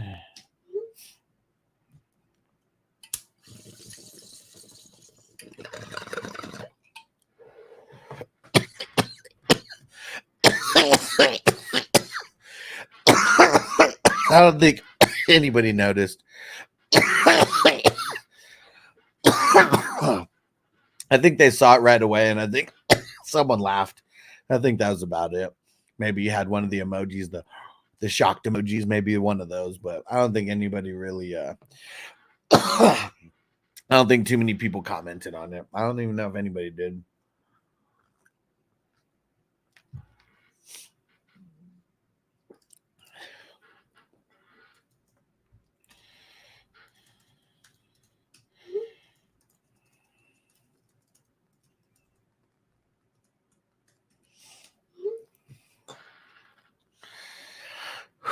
All right, let's keep the party going. And Crispy said, "Fuck, I'm in if you fuck him. I'm in if you want." I mean, I always wanted you in, Crispy. You're the one who said you were. You're the one who left. You're the one who left. You're pretty much the Antonio of that league right now. The way that it happened, like. Shout out to the 420 crew.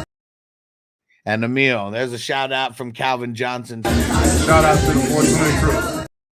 Shouting out the 420 crew. Man, it was so dope talking to Calvin Johnson. Like, dude, that one of the guys that we were in there with was fanboying way too much. Let me tell you, it made the situation awkward. Made the situation awkward. I'll let you guess on who the fanboy was. But yeah, it was cool talking to Megatron and getting him to shout out the 420 crew. It was dope. It was dope. These shout outs in the future are going to be way better because now I got the mics. Back then I didn't have the equipment like I had. That was like 2 years ago at this point. But yeah. I will said LT. Yeah, I know I didn't get him in that one league that I played in 2006 because I didn't have the first pick and he went as the first pick. Can't remember who I drafted. But yeah, like Frank Gore, you know, he's definitely up there. Like, it's really not the first round picks that I remember. Like, I remember getting Andrew Luck in the 9th or 10th round in his rookie year, and teaming him up with Aaron Rodgers in a 2 QB league in 2012, right? 2012 when that happened, and winning a championship, you know, because of that move. And you know, like, those are the ones that like make the difference when you hit on those low guys. You know, Mahomes, he's just my favorite player that I ever drafted because I drafted him in multiple leagues in the same year, and I won 3 championships with him that year. And it's because I knew enough to take him. There's multiple leagues where I took him as the 13th QB off the board after everybody had already drafted a QB. And like, so like it's picks like that really win you the championship that you remember. The first round picks, like, you just got to not miss like on those guys. But like that year that I'm talking about, 2012 with Aaron Rodgers, I picked him as the #1 overall pick in that league that year. And I hit right. And I won. I hit right on all 5 of my first picks. No, I think all 6 of my first picks I hit right, and just kicked ass that whole year. There was one guy in the league. He did not lose a game at all in the entire year. I only lost 2 games in that entire year, and it was to that guy that was undefeated. He was the only team that beat me. He beat me twice, and then we met up in the championship. And I prevailed. I gave him his loss. In the championship. And that one felt good because I drafted so good in that one. Like, those are the teams that you remember. Because I even remember I remember my whole first 6 rounds right here. This 2012. Aaron Rodgers, Brandon Marshall, Julio Jones, MJD,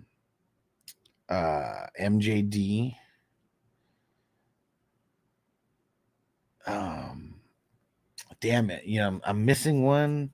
Oh, Michael Turner was in there also. It was Michael Turner, in the 4th or 5th, and then MJD in the 4th or 5th, and then I picked Antonio Brown in the 6th round as my starting third wide receiver. And they were all money. Brandon Marshall and Julio Jones, they killed it that year. Like, that was a fun year. I only won 1 championship that year, but that was a really fun year because of that. It was. And Bob Nix, what up, bro? This is Bo Nix's dad. What up? And Brad, what up, homie? He said, who do you like more out of Goddard or Bowers? Kind of like neither. He said, should I give up one for Conklin? What?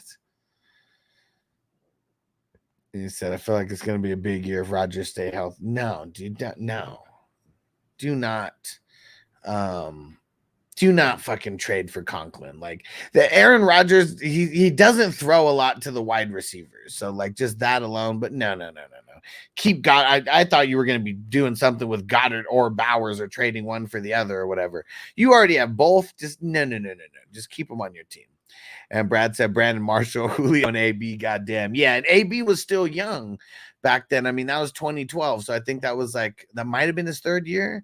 I can't remember. I think that might have been his 3rd year, and that's kind of when he had that 3rd year breakout, But yeah, like, that was definitely, like, I think right now I might have a better trio of that right now, because in one league I do have Tyreek, CD, and Amon-Ra St. Brown, like, in one league, and like, it's like, man, I'm feeling so good, feeling so good. And but yeah, at the time, and Brad said wasn't 2012 his rookie year. Might have been. Let me see. Let's see. I don't think I would have picked him in the 6th round in his rookie year. Let's see. No, 2010. I was right. Yeah, 2010 was his first year, but he didn't really play. He didn't really play as a rookie like that much. And that was the year they went to the Super Bowl. Right? Like, going to the Super. I mean, they lost, right? But that was the year that they went to the Super Bowl. I was as a rookie. But yeah, so that was like his 3rd year, like, breakout, and I banked on it right. And in the 6th round, this 10-man league, I'm not in that one anymore, even though it's a bunch of people that I've, like, known for, like, my whole life. It was one of those classic home leagues, and but they never wanted to expand past 10 people because they like it to where everybody just has a super stacked team.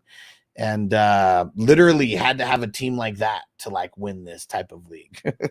I remember even the year, I think 2018, I had CMC and Barkley on the same team. Still wasn't enough. I didn't hit on as much of my picks as I did on that one. Crispy said, Bob, should I dump your son for Danny Pesos? You better not, man. Bo Nix, so much more, so much higher of a ceiling than fucking Danny Pesos at this point. And Will said LT, Moss, Harrison, CJ3, Gates, Welker. I think I had at some point Breeze at QB. Man, that's nice. That's nice.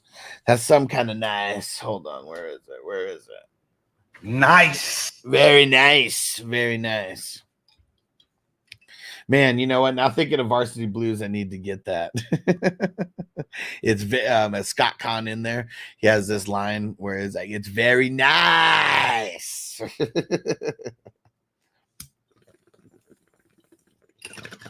And then John Moxon's like, Tweeter, you think you're going to like jail? And he was like, what? What'd you say? But then he's like looking in his pants. He like looking at his pants, and he's like looking at his balls, and he's like, or his dick, and he's like, what the fuck is that? Oh man, Tweeter, he's been some places. Tweeter's been some places. I'll take Kaepernick over Pesos. Yeah.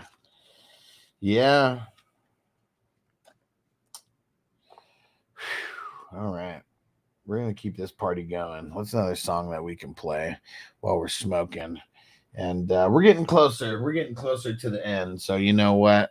While we are here, let me shout out our producers of the show, because I appreciate you guys. It's because of you guys that we are able to keep this show going every single day. Our 420 Crew Patreon members. Shout out to our Ultimate Priority member, our man Justin Pickle in a Jar.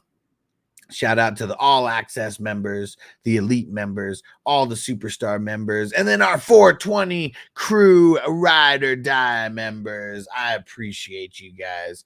I appreciate you guys. Salute from me to you. Thanks for keeping this show going, guys. We do not have any corporate sponsors, so I got to shout out our member sponsors who are keeping this going for us, for sure. Shout out to you guys. Shout out to you guys. And for those who don't know, just when you sign up on Patreon, you are literally funding parts of the show, like things like this whole studio that is in right there. Like Patreon funds, the studio that this is in. It funds the lights that are on right now. It and not all of it, we're trying to get to where, that pays for everything. one day, all the member sponsors, all the memberships will pay for everything. But as of right now, it pays for parts of this studio, pays for this room in the house, keeps the lights running, pays for the internet, pays for this service that I'm using where I'm streaming on YouTube, on multiple channels, on Twitch, on Facebook, in multiple places, on Rumble. This is a pretty expensive service when it comes down for a year. And that's what a lot of people, I think, forget, who are like in this, or people who like, they want to come on shows or be a part of things. Like, this isn't, it's not free to like do this the way that we do this. We're building up the production just over and over. And we're going hard. We're going hard in the paint. Doug said, how can I get into a dynasty league? And what's the rules every year? There's one more dynasty league drafting. And for you late last minute, like dynasty people, it's a fast draft. It's a fast draft. If we get it filled soon, I'm going to do the draft order race, and we're going to plug it all in. People can start trading picks, whatever the hell you want to do. But the draft is this Sunday. I'm pretty sure. Let me go double check.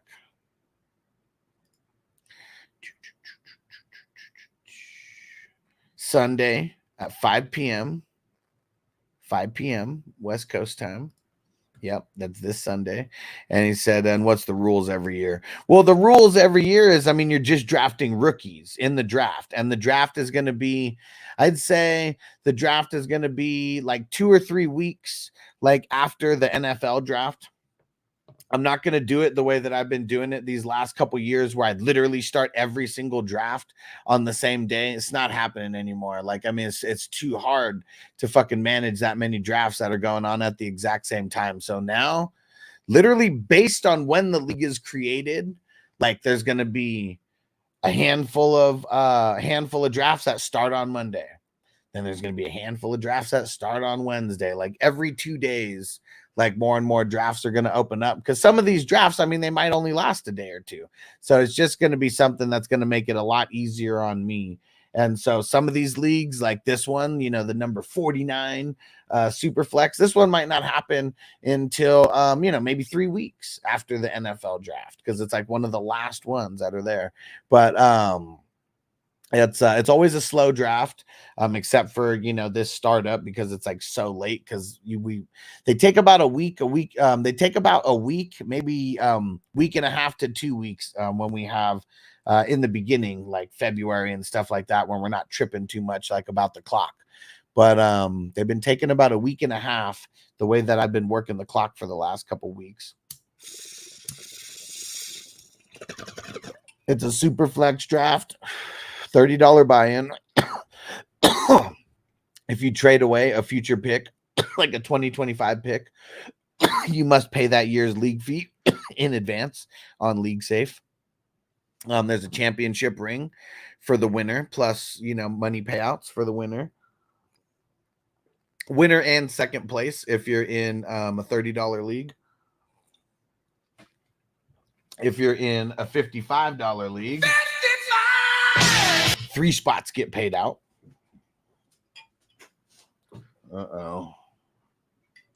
What's Noble doing?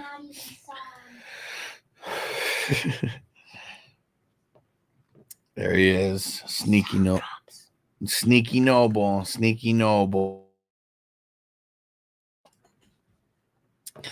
And what else do we got going? More bowl smokage. That's what's going on. I think I need to do a dab. Who's with me? Anybody going to do a dab with me? Let's go. And shout out to all the new subscribers on YouTube. Let's see. We just crossed 6,500 subscribers. Just in the last 28 days, we've had 1,071 subscribers. So up until this year, like I remember year one, I think maybe I got like 1,300 subscribers like throughout the regular season. And then the next year after that, there's not much going on like in the off season, like, I mean, we're doing live streams and stuff like that. And like, things don't change. I mean, I think it was like maybe 1,300 people, that subscribed that next year. Then the year after that, maybe it was like 1,500, people. And then we got up to like, probably like 45, 46, 4,700, something like that subscribers at the end of last season. And then whole bunch of dead time, and then, but literally like over the last like month and a half, just been getting a shitload of subscribers as we get ready, as we are ramping up for the football season. And it's awesome. It's awesome because there's going to be a whole bunch of people who they never get 1,000 subscribers, in their entire journey. I mean, shit, there's people who are on the internet right now talking about fantasy football who've been doing it just as long as me, maybe longer than me and all that kind of stuff. And they're not, touching 1,000 subscribers. And then there's some who've been doing it longer than me who never touched 6,500 subscribers. And yeah, there we go. So we're smoking this bowl for 6,500 subscribers. Hell yeah. And shout out to Niner MMA. What up, bro? He said, what up? He said, hope you get to 10K subs soon. At the rate we're on, it could be happening this year. Just got to keep the trajectory going of everything that's going on. Because I've been posting like crazy, doing live streams like crazy, so we're going to continue this trajectory that I'm on. And Doug said, what's the 55 dynasty? So there's only a $30 dynasty right now, not a 55. I was just throwing it out there for other people who are in there. But yeah, no 55 dynasty available right now. They'll be available starting next season. Or if people are like just insane and want to start it like mid-season or something for next year, like I'd be down to do something like that. Because yeah, we're really going to cater to the degenerates when it comes to this fantasy football.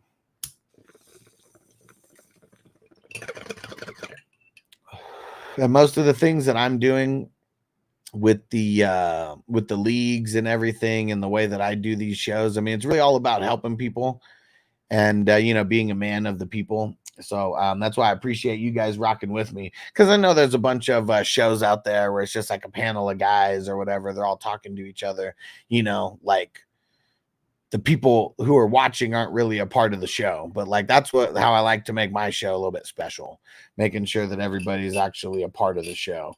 And you can't really do that with like unless it's just one person solo like on it, because one person needs to be able to control the tempo of everything. And so, yeah, first year was the most growth that I've ever had. And I was going at it solo. And then this year already has been the biggest year ever growth wise. And I'm going at it solo. So, yeah, I think I'm doing the right thing. Just continuing to go at this solo.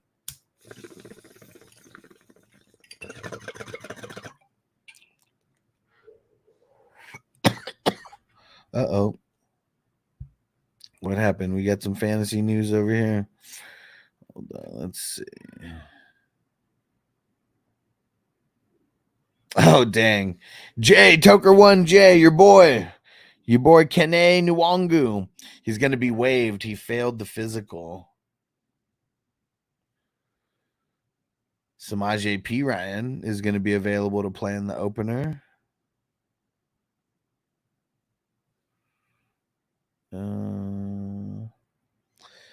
Antonio Pierce says he feels very good about Brock Bowers being on the field for the season opener. Okay.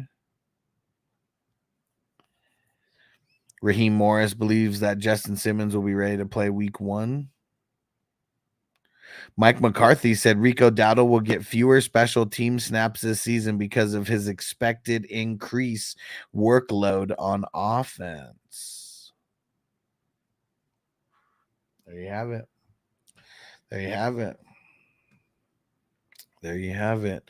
And Ron says, very true. Your show is super unique in that way. Feels very personal. Keep balling, man. Appreciate you, bro. Yeah. And it's because, like, I don't know, you can go anywhere and just like listen to people talk about shit. Like, you know, I like to include that's what this whole channel was like built on, was like smoking weed, interacting with people, answering questions. You know, nobody answers more questions than me in the fantasy football world, on a weekly basis, on a daily basis. Most of the time, no one's answering as many questions as me.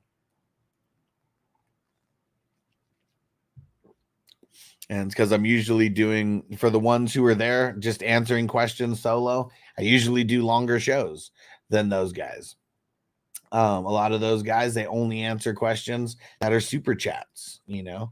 I show love to everybody, whether they show love monetarily, you know, with me on the super chat or not. And last year wasn't even able to do super chats like on YouTube. So, you know, we're getting very close to being able to reapply. And I think I figured out what the issue was the entire time. I'm almost positive I figured the issue out. And so close, man. I need to get to 4,000 public watch hours, and I'm almost at 3,400. So it's like we're really close. We can probably get there within this week. The way that everybody can help, have a show up just in the background somewhere. Like if you have a computer like at home, just turn on a show. I mean, I've been doing it for myself. I logged into a different account just so I can have like a show running like all the time. And I haven't turned my computer. Well, I mean, I've reset the computer and then I returned it back on. But like I've just had a show running on my computer constantly for the past couple days. Just, I know it's only 1 hour at a time, but I can help it as much as I can. And so if anybody else just does this, like with your computer, like at home, maybe you have an iPad, you know, that you don't use like on a normal basis, like just throw a show on, you know, and just leave it on and let that shit play. Turn on the playlist, turn on the best ball draft playlist. If it's something you can leave on for a while, that's what I've left it on, because I don't even know how many drafts we did live on YouTube, 30, 40, like something like that. Let me see if it even shows me how many total. 40 best ball drafts and that we've done on YouTube. Dang, 40 out of 138. Well, no, 40 out of one. What number are we doing today? So 40 out of 129. 40 divided by 129. Over 30% of these divisions I did live on YouTube and did draft grades and all that kind of shit. So yeah. There we go. Grinding. Bake said I'm going to rewatch this when it's over in a while at work. Appreciate you, my brother. I appreciate you. Because really, I'm waiting until we get really, I'm where I'm so close. We're so close. And every little bit like just helps at this point. Helps us get there a little bit quicker. And Niner said you get those hours soon. Yeah, I know it'll be soon for sure. I mean, it's coming. Like I already have more watch hours than that, but you need specific watch hours. And I had to delete some of the videos on my live streams. I didn't delete all of them like I said I was initially going to do. There was something that I just needed to change around. And so I deleted certain ones that I know got flagged by YouTube, but then that took away from watch hours. So I would have already been there had I not had to delete those videos to play it safe. That was one of the things that kind of sucked. And he says it rude to ask where Bogey is. No, he's no longer with the show. We had a little Skip and Shannon, breakup. He was doing a little bit too much yelling, and he just didn't want to be involved with like the business, of things. And like that's really where I needed to take it. So he excused himself. I didn't excuse him. He excused himself from the streams, and now they're trying to do the same thing. But yeah, it's funny. But yeah, so he won't be around, and Oh yeah, Bakes. So here, I'm going to send you exactly what I send everybody else. And you could probably just like copy and paste this.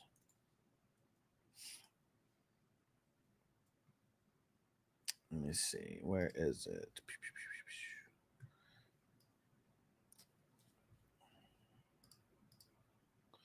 Yeah, here we go. I send that to everybody. And then I send this to everybody as well. There we go. And we're getting close to filling up all the leagues. So anybody want in, now's the time to join. If you haven't joined any of the wafers, if you're in the 420 crew, you might get a last second chance. And Bake said 600 of those watch hours are mine. I swear. I appreciate you, bro. I appreciate you. Because it is over the last year that it's calculating this, but I deleted a shitload of videos. So when you delete those videos, the watch, if it's a video that happened this year, it takes it from there. So there's just a shitload that I deleted, that it took the watch hours away, and we're reaccumulating it. Yeah, Niner said all good. Yeah.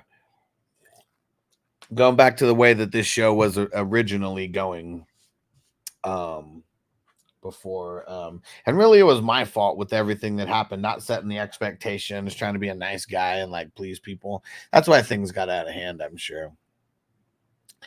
And Phil said, can you put the $30 link in the chat? Yes sir. So that one this Saturday at 5 p.m. West Coast time. So same time as the best ball draft. Same time. And I think there's only like 4 spots left.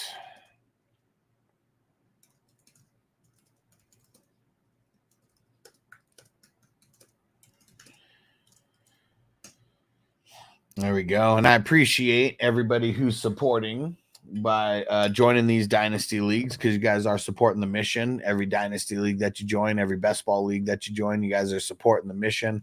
And the goal this year for my initial goal that I set for the dynasties was 100, and it was just like an insane goal that I put that I didn't think that I was going to be able to hit, but just in my head I was like, man, if I can get to 100 dynasties, like that'd be so insane. Like, because then next year it'd probably be like 200. Like, you know, I could start like paying people to like help with everything. And so he ended up starting, as of now, there's going to be 49 dynasties that are just Superflex offense only. That's it, just Superflex offense only. And then Superflex IDP, there was 11 that I started, so that got us up to 60. And then another 10 were single QB offense only dynasties, and so that got us up to 70. And then let me see how many of the 420 crew ones I started. I know I started 2 offense only. So let me see. It was 2, 3, 4, 5, 6. So 76 dynasties I started this year. 76 dynasties. And Jay says, what is same time as the best ball draft? The Superflex dynasty that is going down on Sunday. Not today, Sunday. Because the Sunday drafts have always been at 5 o'clock. I just figured I'd bump them up 1 hour earlier on Sunday. People got work on Monday. Maybe, you know, it gets another East Coaster like in it. Yeah, these last couple years have really been like a trial run almost of like how all these leagues and everything are going to be, like how everything's going to be happening. And Nick said, you in any of the dynasty leagues that you made? Yeah. Oh, this year, only one of the brand new ones. I kept it very limited. I joined the first WWF 420 crew league one. But that was the only one. I'm in like close to 30 other dynasties besides that, most of the 420 crew ones before this year. But this was one of those years. It was like, man, I had to make a choice. Like I could either play in all these leagues or I could like manage a bunch of them. And I had to make a choice for the business and be disciplined to only join one new dynasty like this year. Cause I want to play in all of them too. Like I want to play in every single one of these too. I want to draft in every single one of these best balls, but I had to have discipline like this year. The years before I was a rack of discipline, but this year, no, we're, I got to do things that take the business to the next level for sure. Like this was the year to like really, a lot of systems and everything that I've been working with like since COVID and everything like that. And like now I went full force, and like I feel like maybe there's a couple people who hate me in some of these leagues because I keep posting about new leagues that start. But I feel like that would be the only beef that anybody would have with me in all these leagues, because I'm quick about more often than not. I'm quick about pushing through trades. I'm quick about explaining things, when people have questions. I'm quick about pointing out where things are in like the bylaws. If someone has questions and it's in the bylaws and they just missed it. But yeah, I think that I'm definitely one of the best commissioners out there, and just being more interactive and everything too. Like, I mean, I'm the one who's like doing everything like as of right now, like in these dynasty leagues, as far as being the guy there to answer questions and, tell people about new leagues and just like all type of shit. But yeah, next year I am going to have like paid jobs where people are going to be able to help, like with the best ball, with these dynasties, with everything like that. And, it's going to be awesome. And Jay said, never played Dynasty. You don't want to get into this one then, because this one is like just for like people who they want to get a Dynasty draft in like before the season starts. The way to do it is where it's a slow draft where you could trade picks. When you play in one of my Dynasty leagues, you will love the experience so much that you will want to join 10 or 20 of these leagues, because the drafts are so fun because you get to trade draft picks. That is the most fun like thing usually in leagues, is the draft and making trades.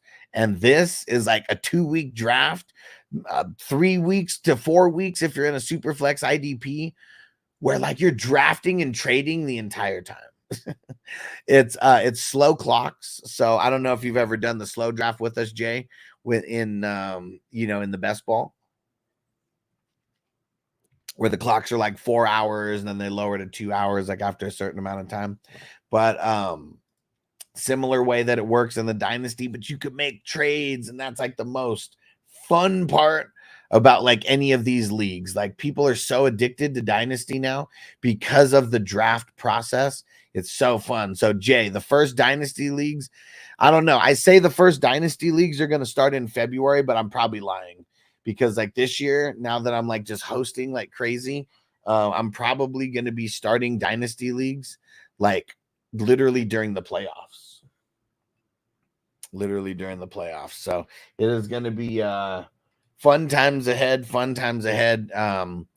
Dynasty's just it's taken the fantasy experience to the next level, because you go from being someone who makes decisions for that 1 year only to making decisions that follow you. You make a trade, this guy's on your team until you drop him or trade him away, because these leagues last years and years and years and years. And then you only draft rookies every single year after that. Nick said, what time are the drafts in Dynasty though? This one specifically is Sunday at 5 p.m. West Coast time. There's only one more that's starting. In the future, the way that the dynasties work, they're all slow drafts. So as soon as they fill and everybody's paid for, it usually kicks off like that day, because the clocks are 4 hours. So even that, like, no one nitpicks when it starts, because what's the difference between starting between now and a couple hours from now when we might not even get through one round today? Will said, in Dynasty League, you could be the one who decides that Kadarius Toney is no longer worthy of being on your roster. Man, fuck Tony. Yep. I didn't have any Kadarius Toney. I traded him away. The only one share of him that I had a long time ago. I've been making fun of him ever since. Crispy dropped him. I saw Crispy drop Kadarius Toney in a couple leagues that had me laughing. Because every time I saw that he dropped Kadarius Toney, I just heard this in my head. Man, fuck Tony. That shit is hilarious. Yep. Sorry, Kadarius.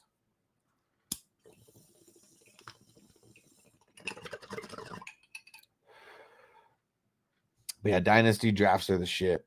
Dynasty leagues are. See, look at this. A trade just went through right now. Right now, it says right now. It doesn't even say seconds or anything. Let's see.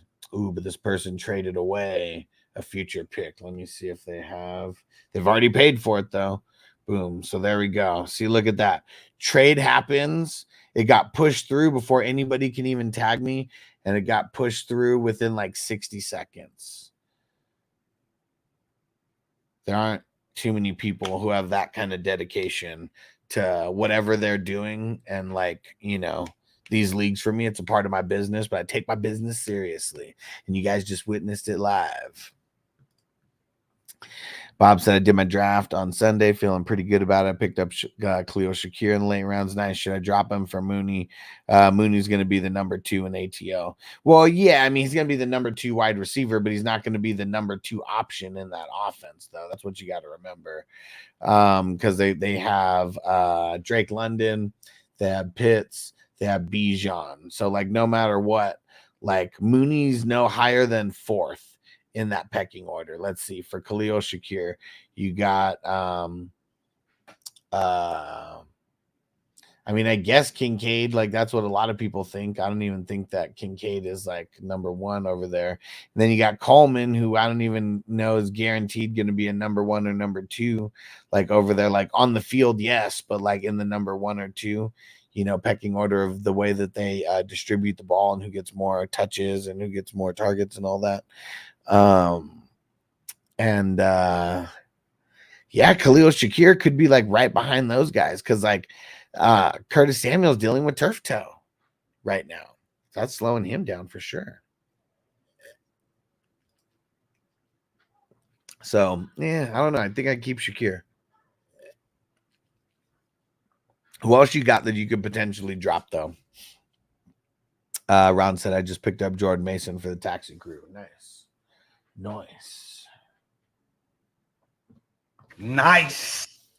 All right. And yeah, Jai said I like Shakir more. Me too, right? Me too. Because I don't think Shakir is going to be like their number 1, but what if he ends up being their number 1 wide receiver because Coleman isn't coming along as quick as they thought, and because fucking Curtis Samuel's dealing with turf toe and like all that shit. Ron said no more golden goat. No. I only got a quarter of that, you know, at the time.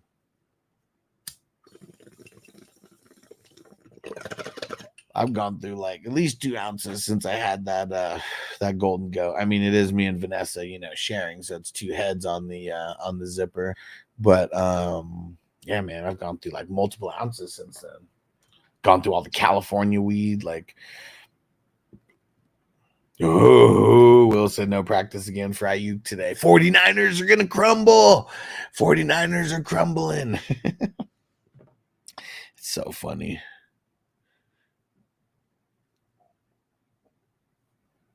Oh, shit. Jay, you did join? You did join the dynasty? Oh, shit, son.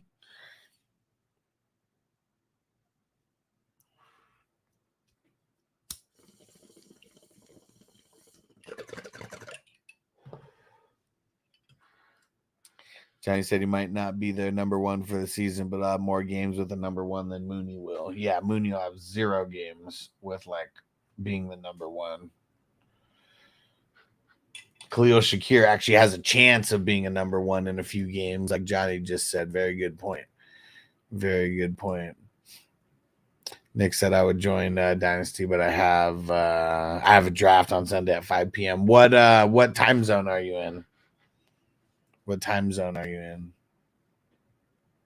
Okay, no. Jay joined and left. Okay, yeah. You don't want to join this one, Jay. You want to wait.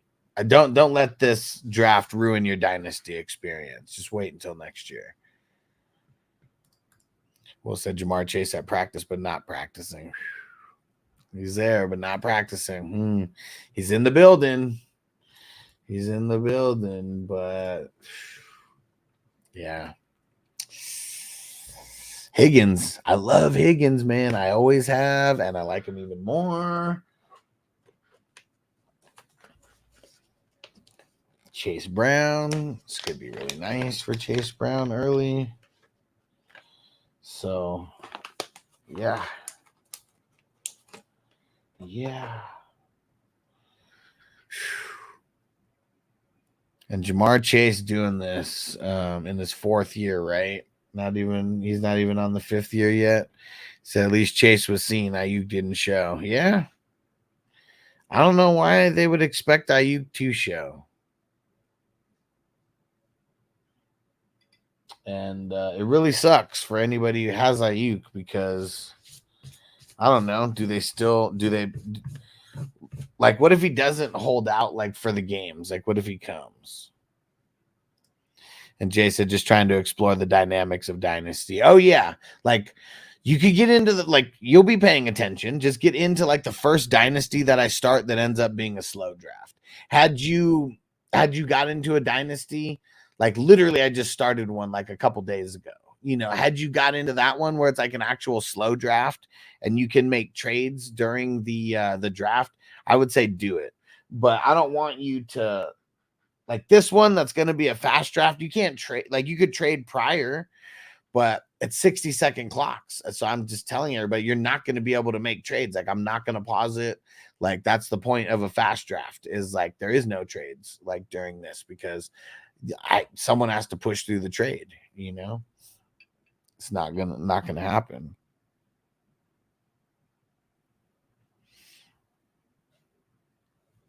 But I do have a couple more redraft leagues. Let's see. We're almost filled in all of them. We got a $55 super flex offense only. We got a $33 super flex IDP. And a $55 WWF themed league. There's only 5 spots left. I'm playing in this one as well. It's a Superflex IDP, and I do a Royal Rumble to determine what the draft order is. And that one, if it's all 420 crew members, I'm not gonna do it through League Safe. As of right now, 100% of the people who are in are 420 crew members and myself. So if no randos join, I'm not going to do that one through League Safe. I'm just going to do that one like we do the dynasties and stuff. Everybody else, you know, all these other leagues have some randos, you know, in it. So I got to have them on League Safe. Just makes things way easier for me to keep track of shit. And Will said, honestly, I think best first draft dynasty you could join is after the NFL draft. It's a startup from fresh, has to be slow, though. Much, much better. So I disagree. Because the way that I run my leagues is even better. So if we draft before the NFL draft, there's 2 drafts that happen. Okay. 2 drafts that happen. There's one for the veterans. And then there is one for the rookies. And you draft your rookie picks during the draft. It creates a whole other type of strategy behind like the rookie draft and all that kind of shit. And it's very fun.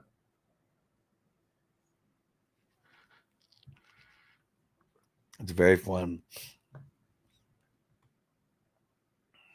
And Jay said, send the link for the Superflex IDP. All right, let's go. Let's go. The WWF one. Let's do it. So Tucker 1J in this one. I feel like this one's going to be all just 420 crew members is what it is. And haven't picked a date for the draft yet. I got to figure this out really soon. Got to figure this out very soon.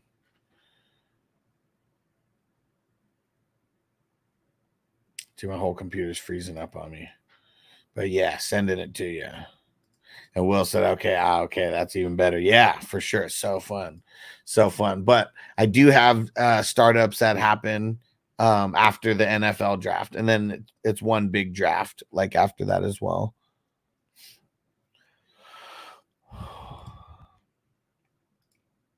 Ooh. Totally missed someone's question here.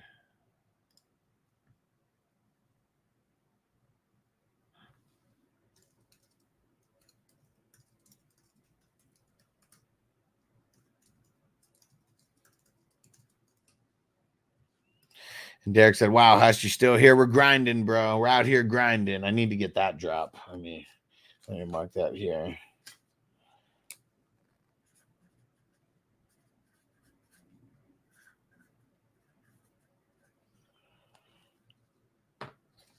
Yeah, gotta get that one out here grinding. I got so many like sticky notes of like drops that I need to get.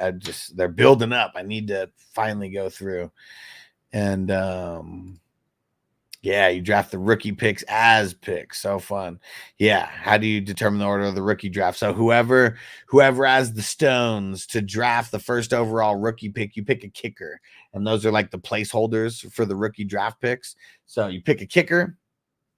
And then you pick a kicker, and then that represents the number 1 overall draft pick right there.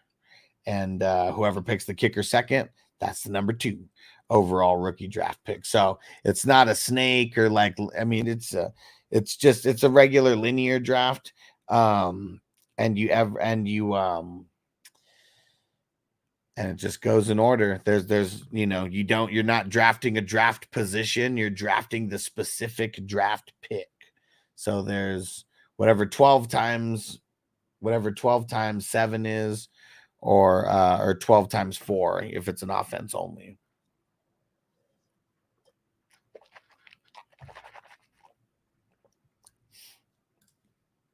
Derek said, when's the wafers draft for us, bro? I don't want to miss it. I haven't that good.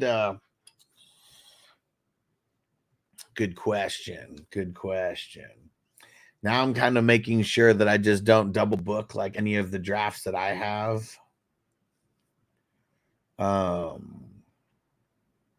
let's see. It could be Wednesday, and we could do it a little bit earlier on Wednesday. Like maybe like a 3:00 like start time, 2:00 start time, West Coast time. Yeah, if it's Tuesday, it's got to be, if it's Monday or Tuesday, it'd have to be like a 2:00 start time ish. And actually, there might be something that happens on Monday. So, or it could be, because Tuesday we got an auction on Tuesday, we got an auction on Monday, and those ones are going to be taking up a little bit of my time for sure. Derek said 3 p.m. West Coast time, perfect for me. Okay, good to know. Because the draft's going to be hella quick, like 45 minutes. 3:30 West Coast. Okay. If we started at 3, I mean, as long as I have everything ready in advance, that draft's going to be less than an hour. But I know Tuesday probably going to be live. Okay, or 2:30. There we go. All right, good to know. Because as of now, Saturday's pretty booked. Sunday, actually, I'm helping people on Sunday. I don't even have any drafts booked on Sunday for myself. So, but we got all those other wafers drafts, so it's not going to be Sunday. It's either got to be Monday, Tuesday, Wednesday. It's got to be one of those days, unless we do it like Thursday morning, where if people are just taking off Thursday because it's like our Christmas. But so I'll keep you posted, Derek. I won't make it a time anything after 5 p.m. Eastern. Okay, perfect. Yeah, and I won't leave you out, Derek. Don't worry. It's only going to be 420 crew members. That'll be in that one. So Thursday morning I got work. Yeah. Most people do, so it's not really gonna. Yeah, unless that's what I said. Unless people are like legit taking off work to commit to this, like that'd be the only reason that'd be the only way we'd be able to do a Thursday draft. Yeah, but good. Okay, so it's either going to be Monday, Tuesday, or Wednesday at 2:00. How about that? Because it's gonna work out easier for me doing it that way with all the other drafts. But it'll be one of those 3 days starting at like 2:00. 2:00 West Coast. Okay. So we got that in play. So I'll just figure out what day, because I know there's some other drafts that I gotta like mix in here. And he said, "Oh, did the tech guy? Oh, yeah. My bad, Derek. It happened while I was live. You're Gucci. You're good to go." Yeah, I got the message while I was live, and my bad. Yeah, I didn't message you. I would have afterwards, but now that you're here, now I don't have to message you afterwards. You're Gucci.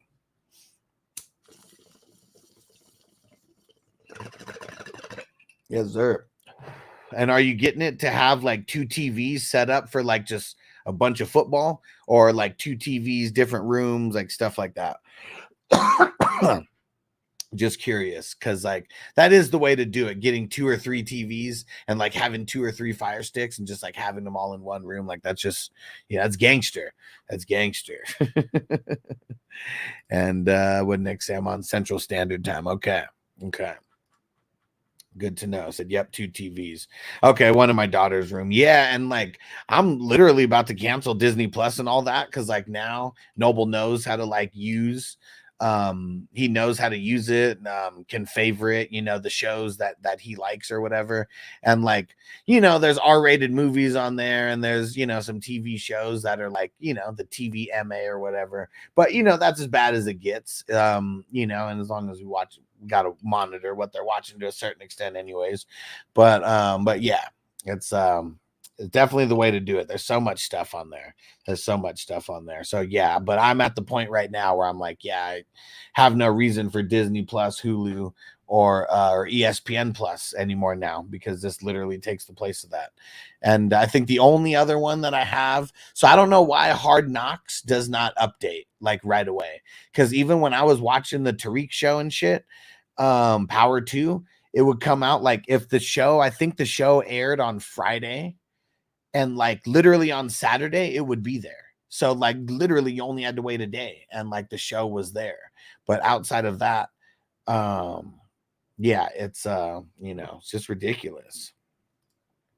And Jay said, I got 1 TV. You can have up to 4 games on it at once. Yeah, and I don't, like me personally, I don't have a good enough internet connection, I think, or maybe a good enough Fire Stick, one of the two. It only lets me play 3 at a time. So that's one of the things that kind of sucks. With only 3, I can either have 3 games, or I can have Red Zone plus 2 games.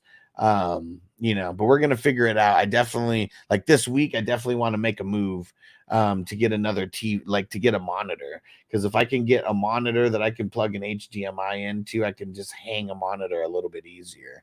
And so I think that's what I'm trying to do. And Derek said, I never did the multi-screen before. Do it. But only do 2 or 3. Don't do 4. Like, I don't know what it is, but every time I try to do 4, it doesn't work, and it just messes it all up. So that's like my disclaimer. I don't know if it's my internet. I don't know if it's my Fire Stick, because I don't have the top of the line Fire Stick. I got the one that's good enough. It's not the light, but it's like the lowest like version that you can have. That's not the light. And hey, shout out to the Fantasy Roll. What up, bro? What's going down? And but yeah, the multi-screen, I mean, great. If you want to watch boxing and UFC, boom, boxing, UFC, and wrestling. I mean, there was Saturday nights, where all 3 of those were going down. It was perfect.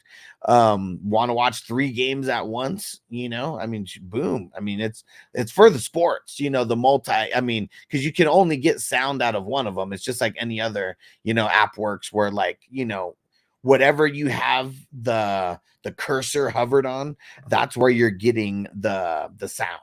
It's not coming out of all 3 or whatever, 2 or 3 that you have at once. But yeah, Derek, mess with the multi-screen. It's on the home page.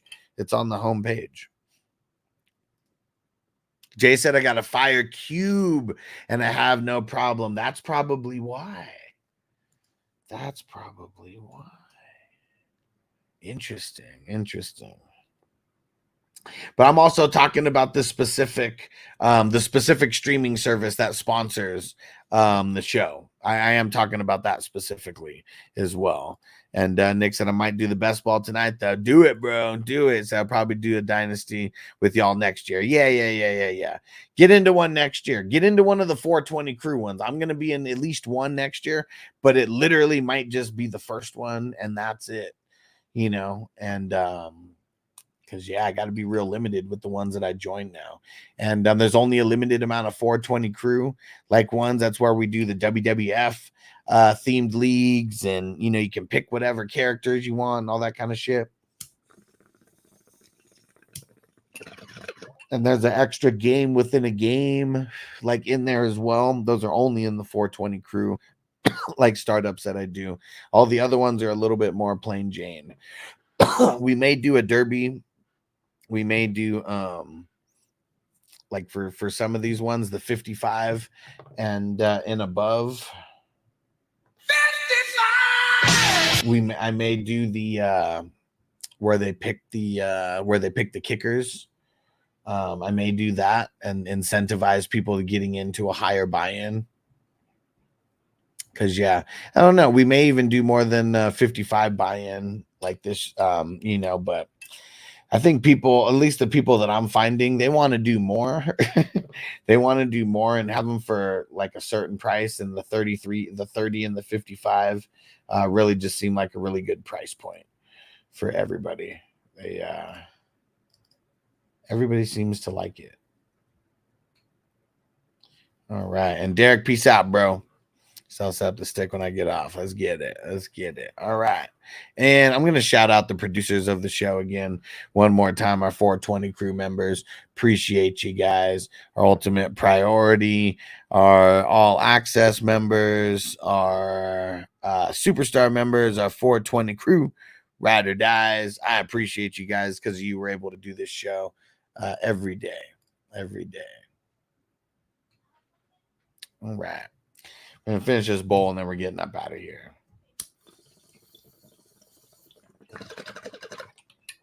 We'll be back for the best ball draft tonight.